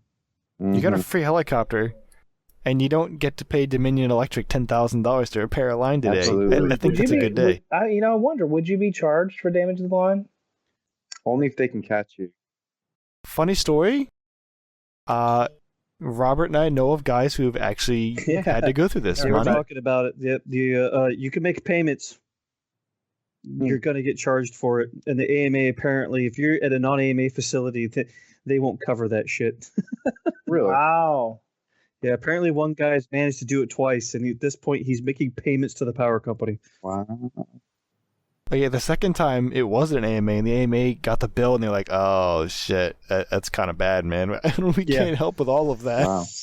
Don't hit See, I had a lines. buddy hit a power line with a full scale airplane, and he just landed right on the other side of it. Like it didn't like bring the airplane down. He just chopped the power line down, and he just went and pushed the airplane in, and the power company showed up, and they're like, "We don't know what happened." There's like 300 airplanes sitting out there, at this huge event, and they couldn't figure it out, and they just fixed it and moved on. Wow. Yeah. So basically, if you cut down a power line with your heli, don't tell no one. Go home. Walk away. Yeah. No one saw Grab your stuff and anything. run. Yeah. After you pick up all your monocoat shreds. What's the best way to contact IRCHA? Probably the best way is through the IRCHA website. You can do it through, there's contact links on there for the president, vice president, secretary, and treasurer. Or you can also contact us through the IRCHA Facebook page. You can, message us through that if you want to, or you can make a post. I'm not a huge Facebook person, but we try to keep up with that and, try to pay attention. Everybody that's out there that wants to contact us and email us and things like that, you got to remember there's just 4 of us. We're a really small group of guys. We've all got lives and families and things like that, so we might not always be instantaneously there, but we try to get back to you as quickly as one of us can. Cool. I will give a link to that. Found what you're talking about. Facebook messages are probably a little better way as we get closer to the Jamboree. All of our emails get pretty flooded that time of year. So the Facebook messages seem to pop out a little more, at least to me. Cool. Yeah, they do. But as Dan was saying, things get flooded because what happens is as we get closer, even though we've tried to plan things with companies, all of a sudden companies will have things that they forgot they wanted to do, or they need something else and need something extra and have other ideas. So there's a lot of dialogue that happens very quickly as we get closer and closer. So we get slammed sometimes as we get the last few weeks there before the Jamboree. And we have, a lot of stuff to make sure it's going to be on Sun. And we have, tents and chairs and tables and food and T-shirts and designs and, lots of things that have to happen before we get there. We truly appreciate everything that, the companies who come and attend do for the event and the hobby in general. I completely understand. Well, I'm tired, guys. All right. Good night, guys. I had fun. So that was the interview. Hope you all enjoyed listening to that. We're going to get some closeout topics going here. So first up is upcoming events we are attending. Coming up this month in February is the AMA Expo East in New Jersey. Looking forward to seeing you guys out there. I know the IRCHA ambassadors, to include myself and a few extra friends, are going to be out there at the expo. Looking for heli folks, having a fun time. Come out, see us, stop us, say hi, yell at us if you feel that's appropriate, or shake our hands. Yes. So next on events. I'm looking forward to this. Yeah, that's going to be fun. Next on events so that's it for February events. After that, early March, we're going to an event in North Carolina, Cabin Fever. And we have the events we're going to and a few events that friends have told us about that we may not be attending, but this should be cool events to check out on our heli calendar on our Facebook page, on the TellARotor Facebook page. We update it as we hear stuff, and if you want to get some events updated on there, you want to get them on there, send us a PM or send us personally a PM or email us, and we'll add the information. Definitely check it out and provide the information for us instead of making me hunt for it. Be a lot easier. Yep. Oh, I was saying, and you can hear the fun play that you're hosting or you're going to, or that's in your local area here on the podcast. Yeah. Yeah. If it's coming up within the month that this podcast is, I'd usually like to try and talk about them. As getting out to events is a good thing. Yes. Also, we'd all like to give a huge thanks to Charles, Tim, Dan, and Wes for spending time with us in that interview. It was a very long recording, and it was a lot of fun. It was a lot of fun. Definitely worth sitting down for that much time and talking to them. Yeah. Most of y'all won't see it, but we had 4 hours of raw recording. That was insane. Charles has a lot of fun stories, and if you get a chance to talk with him, he's a lot of fun and running around. You can usually find Dan doing operational stuff at the Jamboree, and Wes last year was running around getting a lot of the pros lined up in center, and myself and Eaton doing what was needed, and what else? We got Tim. Tim usually in the background doing good fun things and oh my gosh, keeping us on task. Usually hunting me down and getting us back on task because it's easy to get off task during the Jamboree. I think they did pretty good for 2017. Can't wait to see what 2018 holds. Oh, I'm already got on the calendars. I'd say for those who are looking for IRCHA 2018, the dates are published. It's the first week of August. Keep an eye out if you're bringing an RV. If it's your first time with an RV, you need to contact AMA to get a place for your RV. Past that, look out for all the news coming out. Now, what about dates for Nats? Do you have dates for Nats? July dates.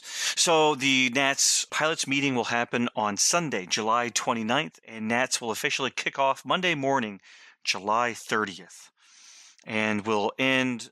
Yeah, and the end of the event is on.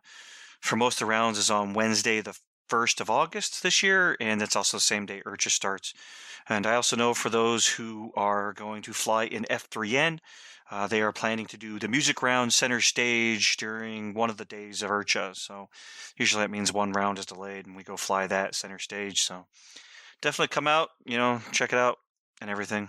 It's always good to go in a day early, so that way you can get the rest you need, and also have time to practice and maybe do last second and wait into the canopy and stuff like that.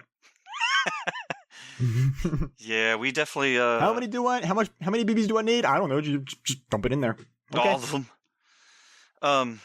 Yeah, I definitely know that we made it the thing to go out on the Saturday before, get there Saturday night, and have dinner with friends, and then get to bed early. Anyone got anything else? Nah, that's about it for closing, honestly. I got nothing. Shaggy. I'm about to buy some expert micro servos. So you're going to buy another power supply? Yeah. What'd you do to a power supply? This ain't the meanwhile. This is the lab power supply. It's just boot looping, so it's going to go back to the manufacturer. Oh. Okay. That's fun. You have a great time, and thank you. Have a great day, guys. Stay flying. From all of us at TellARotor RC Podcast, thank you for listening, and we look forward to seeing you on the field.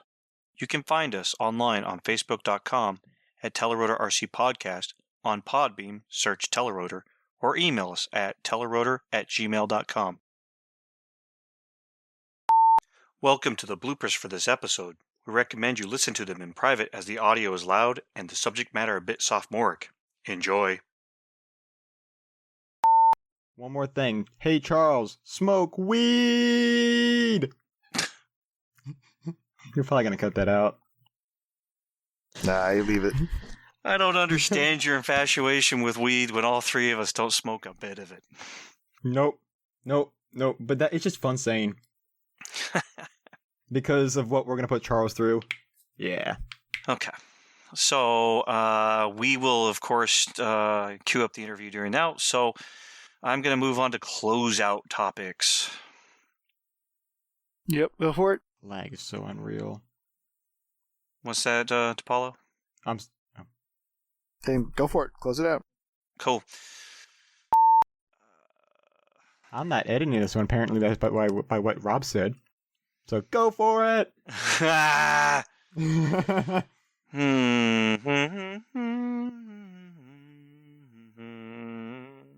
Okay. There you go. Yeah. Shut up. Got him. Even though I'm not editing this section, I don't want to hear it. Well, we got a new mission. Okay. Yes. So. Oh, anything that. Do what? Did you give him a song? No, I didn't. But what was the song he had last year? God, it annoyed me. Yeah, it annoyed me too, but it was on the IRCHA playlist, so I went with it. What was that song? Paper Planes. Oh, yes. Actually, I'll tell you the music that drives me insane, and my wife listens to it. She likes headbanger ball style music from the 80s. I'll go again. You guys can use that as a drop in the podcast, right? It makes my brain hurt. Yes. Wow. So I guess I'm flying to hair metal.